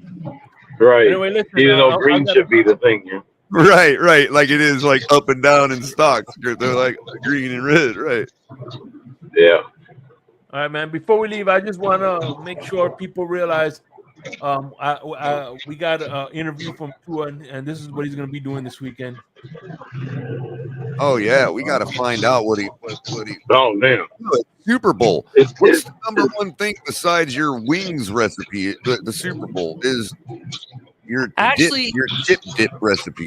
Hold We got to on, know. hold on. Yeah, you We got to got go with the queso. The queso. chips and dip Go back is. to Tua and the Cobra Kai The outfit. queso sauce. The Right. queso sauce. Is he like an avocado based? You do know this Yeah, is what avocado and cilantro. Yeah. Tua needs this because this is the only way they're going to make a quarterback out of Tua. He Right. goes to Cobra Kai, Yeah. he'll come back at least bro. A bully. That's what I Maybe wanted. some dill, maybe a little flash of dill, crypto. You know. All I know is Yeah. Deal good. I like the ground up deal. it's Groundhog Day again. Or so his will probably have some pineapple in it or something. It'll be some kind of special cultural, Hawaiian dip. Hold on, that's not the one I wanted. Where is it? Oh, that's right. He's not Hawaiian. He made sure that he made that clear. He's not Samoan. Hawaiian. He's By the Samoan. way, Super Bowl commercial. Here's a leak on one of the Super Bowl commercials. But I would argue, Get your Tua depends on you. was he born in Hawaii, Sheikh? Who's that? Damn. He's from Hawaii, but they're Samoan. Okay. See, this is where I'll disagree, and I don't mean to disagree with Tua to be disrespectful here. Mhm. I'm just disagreeing semantically, okay? And the reason I disagree with him is because, yes, he's Samoan, just like I'm German, right? So number two, he was born in Hawaii, so he's an American citizen by being born in an American state, right? So, and number three, he was born. Number three, he was born a resident of Hawaii. So he is just as much a Hawaiian as I and you are a Floridian. We're not really Floridians, but we're also not New Yorkers. You see what I'm saying? We're Floridians. And yet, so yes, in that perspective, Tua is in fact a Hawaiian. True. Unless he just wants to denounce his Hawaiian residency, which is okay. Because if I moved to Missouri permanently, I'd become a Missourian. Listen. I tell people I'm a Floridian before I'm Yeah, get the pineapples. Right, Jake, and it's fluid. State stuff is fluid. Like if I move to Missouri and I know that I'm never moving back to Florida, I will become a Missourian at that point. Mm-hmm. Right. I'm a Marylander and a Chicagoan. So he may have denounced. He may consider himself an Alabaman. I don't know, but he can be Samoan and Hawaiian. He doesn't have to be either or. Well, how about Polynesian? Correct. Yeah. You said Polynesian. Right. So in that sense, I'm German, but I'm a Floridian. It's like saying I'm Asian. It's That's what I'm saying, Shake. It's like me saying I'm German, but I'm still a Floridian. Mm-hmm. So, hey man, listen, I appreciate y'all for coming through, man. I got shit to take care of. Any final thoughts, anybody, before we close this up, man? Kill the nope, light. other than appreciate you, Jake. Again, that wasn't meant to disrespect Tua in his own feeling about himself. The one thing about the Super Bowl, I'm not rooting for the Eagles, and I'm not rooting for the Chiefs. Right. However, I am just grateful that I could still use this. That is true. Yeah, that's true. Yeah. I like that. What I'm sorry, Ali, just really quick. What I'm rooting for is I want to test just how long a Super Bowl they are willing to let a Super Bowl go if nobody scored and it just was 0-0 for like 8 hours straight, dude. Mm-hmm. Like, would they eventually end the game in a tie? Oh yeah, that's true. true. About that. Listen, I'm actually rooting just had to bring people in off the street to finish the game. I'm gonna tell you straight up. I'm actually rooting for who's actually going to win the Super Bowl. No, Right. it's not the Eagles. No, it's not. I'm rooting for the referees because they're the only ones that are going to win at the end of the night. Yep. Oh, And you're right, Crypto. What would happen is the first team that couldn't field 11 players would have to forfeit. You're right. That's how it would end. Yeah. Eventually, Eventually, they would be so tired that they couldn't put 11 guys on the field for a play. You know what I mean? Hey, Cutter, I agree with Ali. I agree with Ali because wasn't it the refs that won a national championship back in 2001? Yes, it was. In fact, yes. Yeah, exactly. Thank you, Shay. That brought me back down to earth. I was sailing high there, giving Ali his flowers and all that. Thank you. We appreciate that, Up, Jake. everybody. all right. Y'all take care now. Everybody.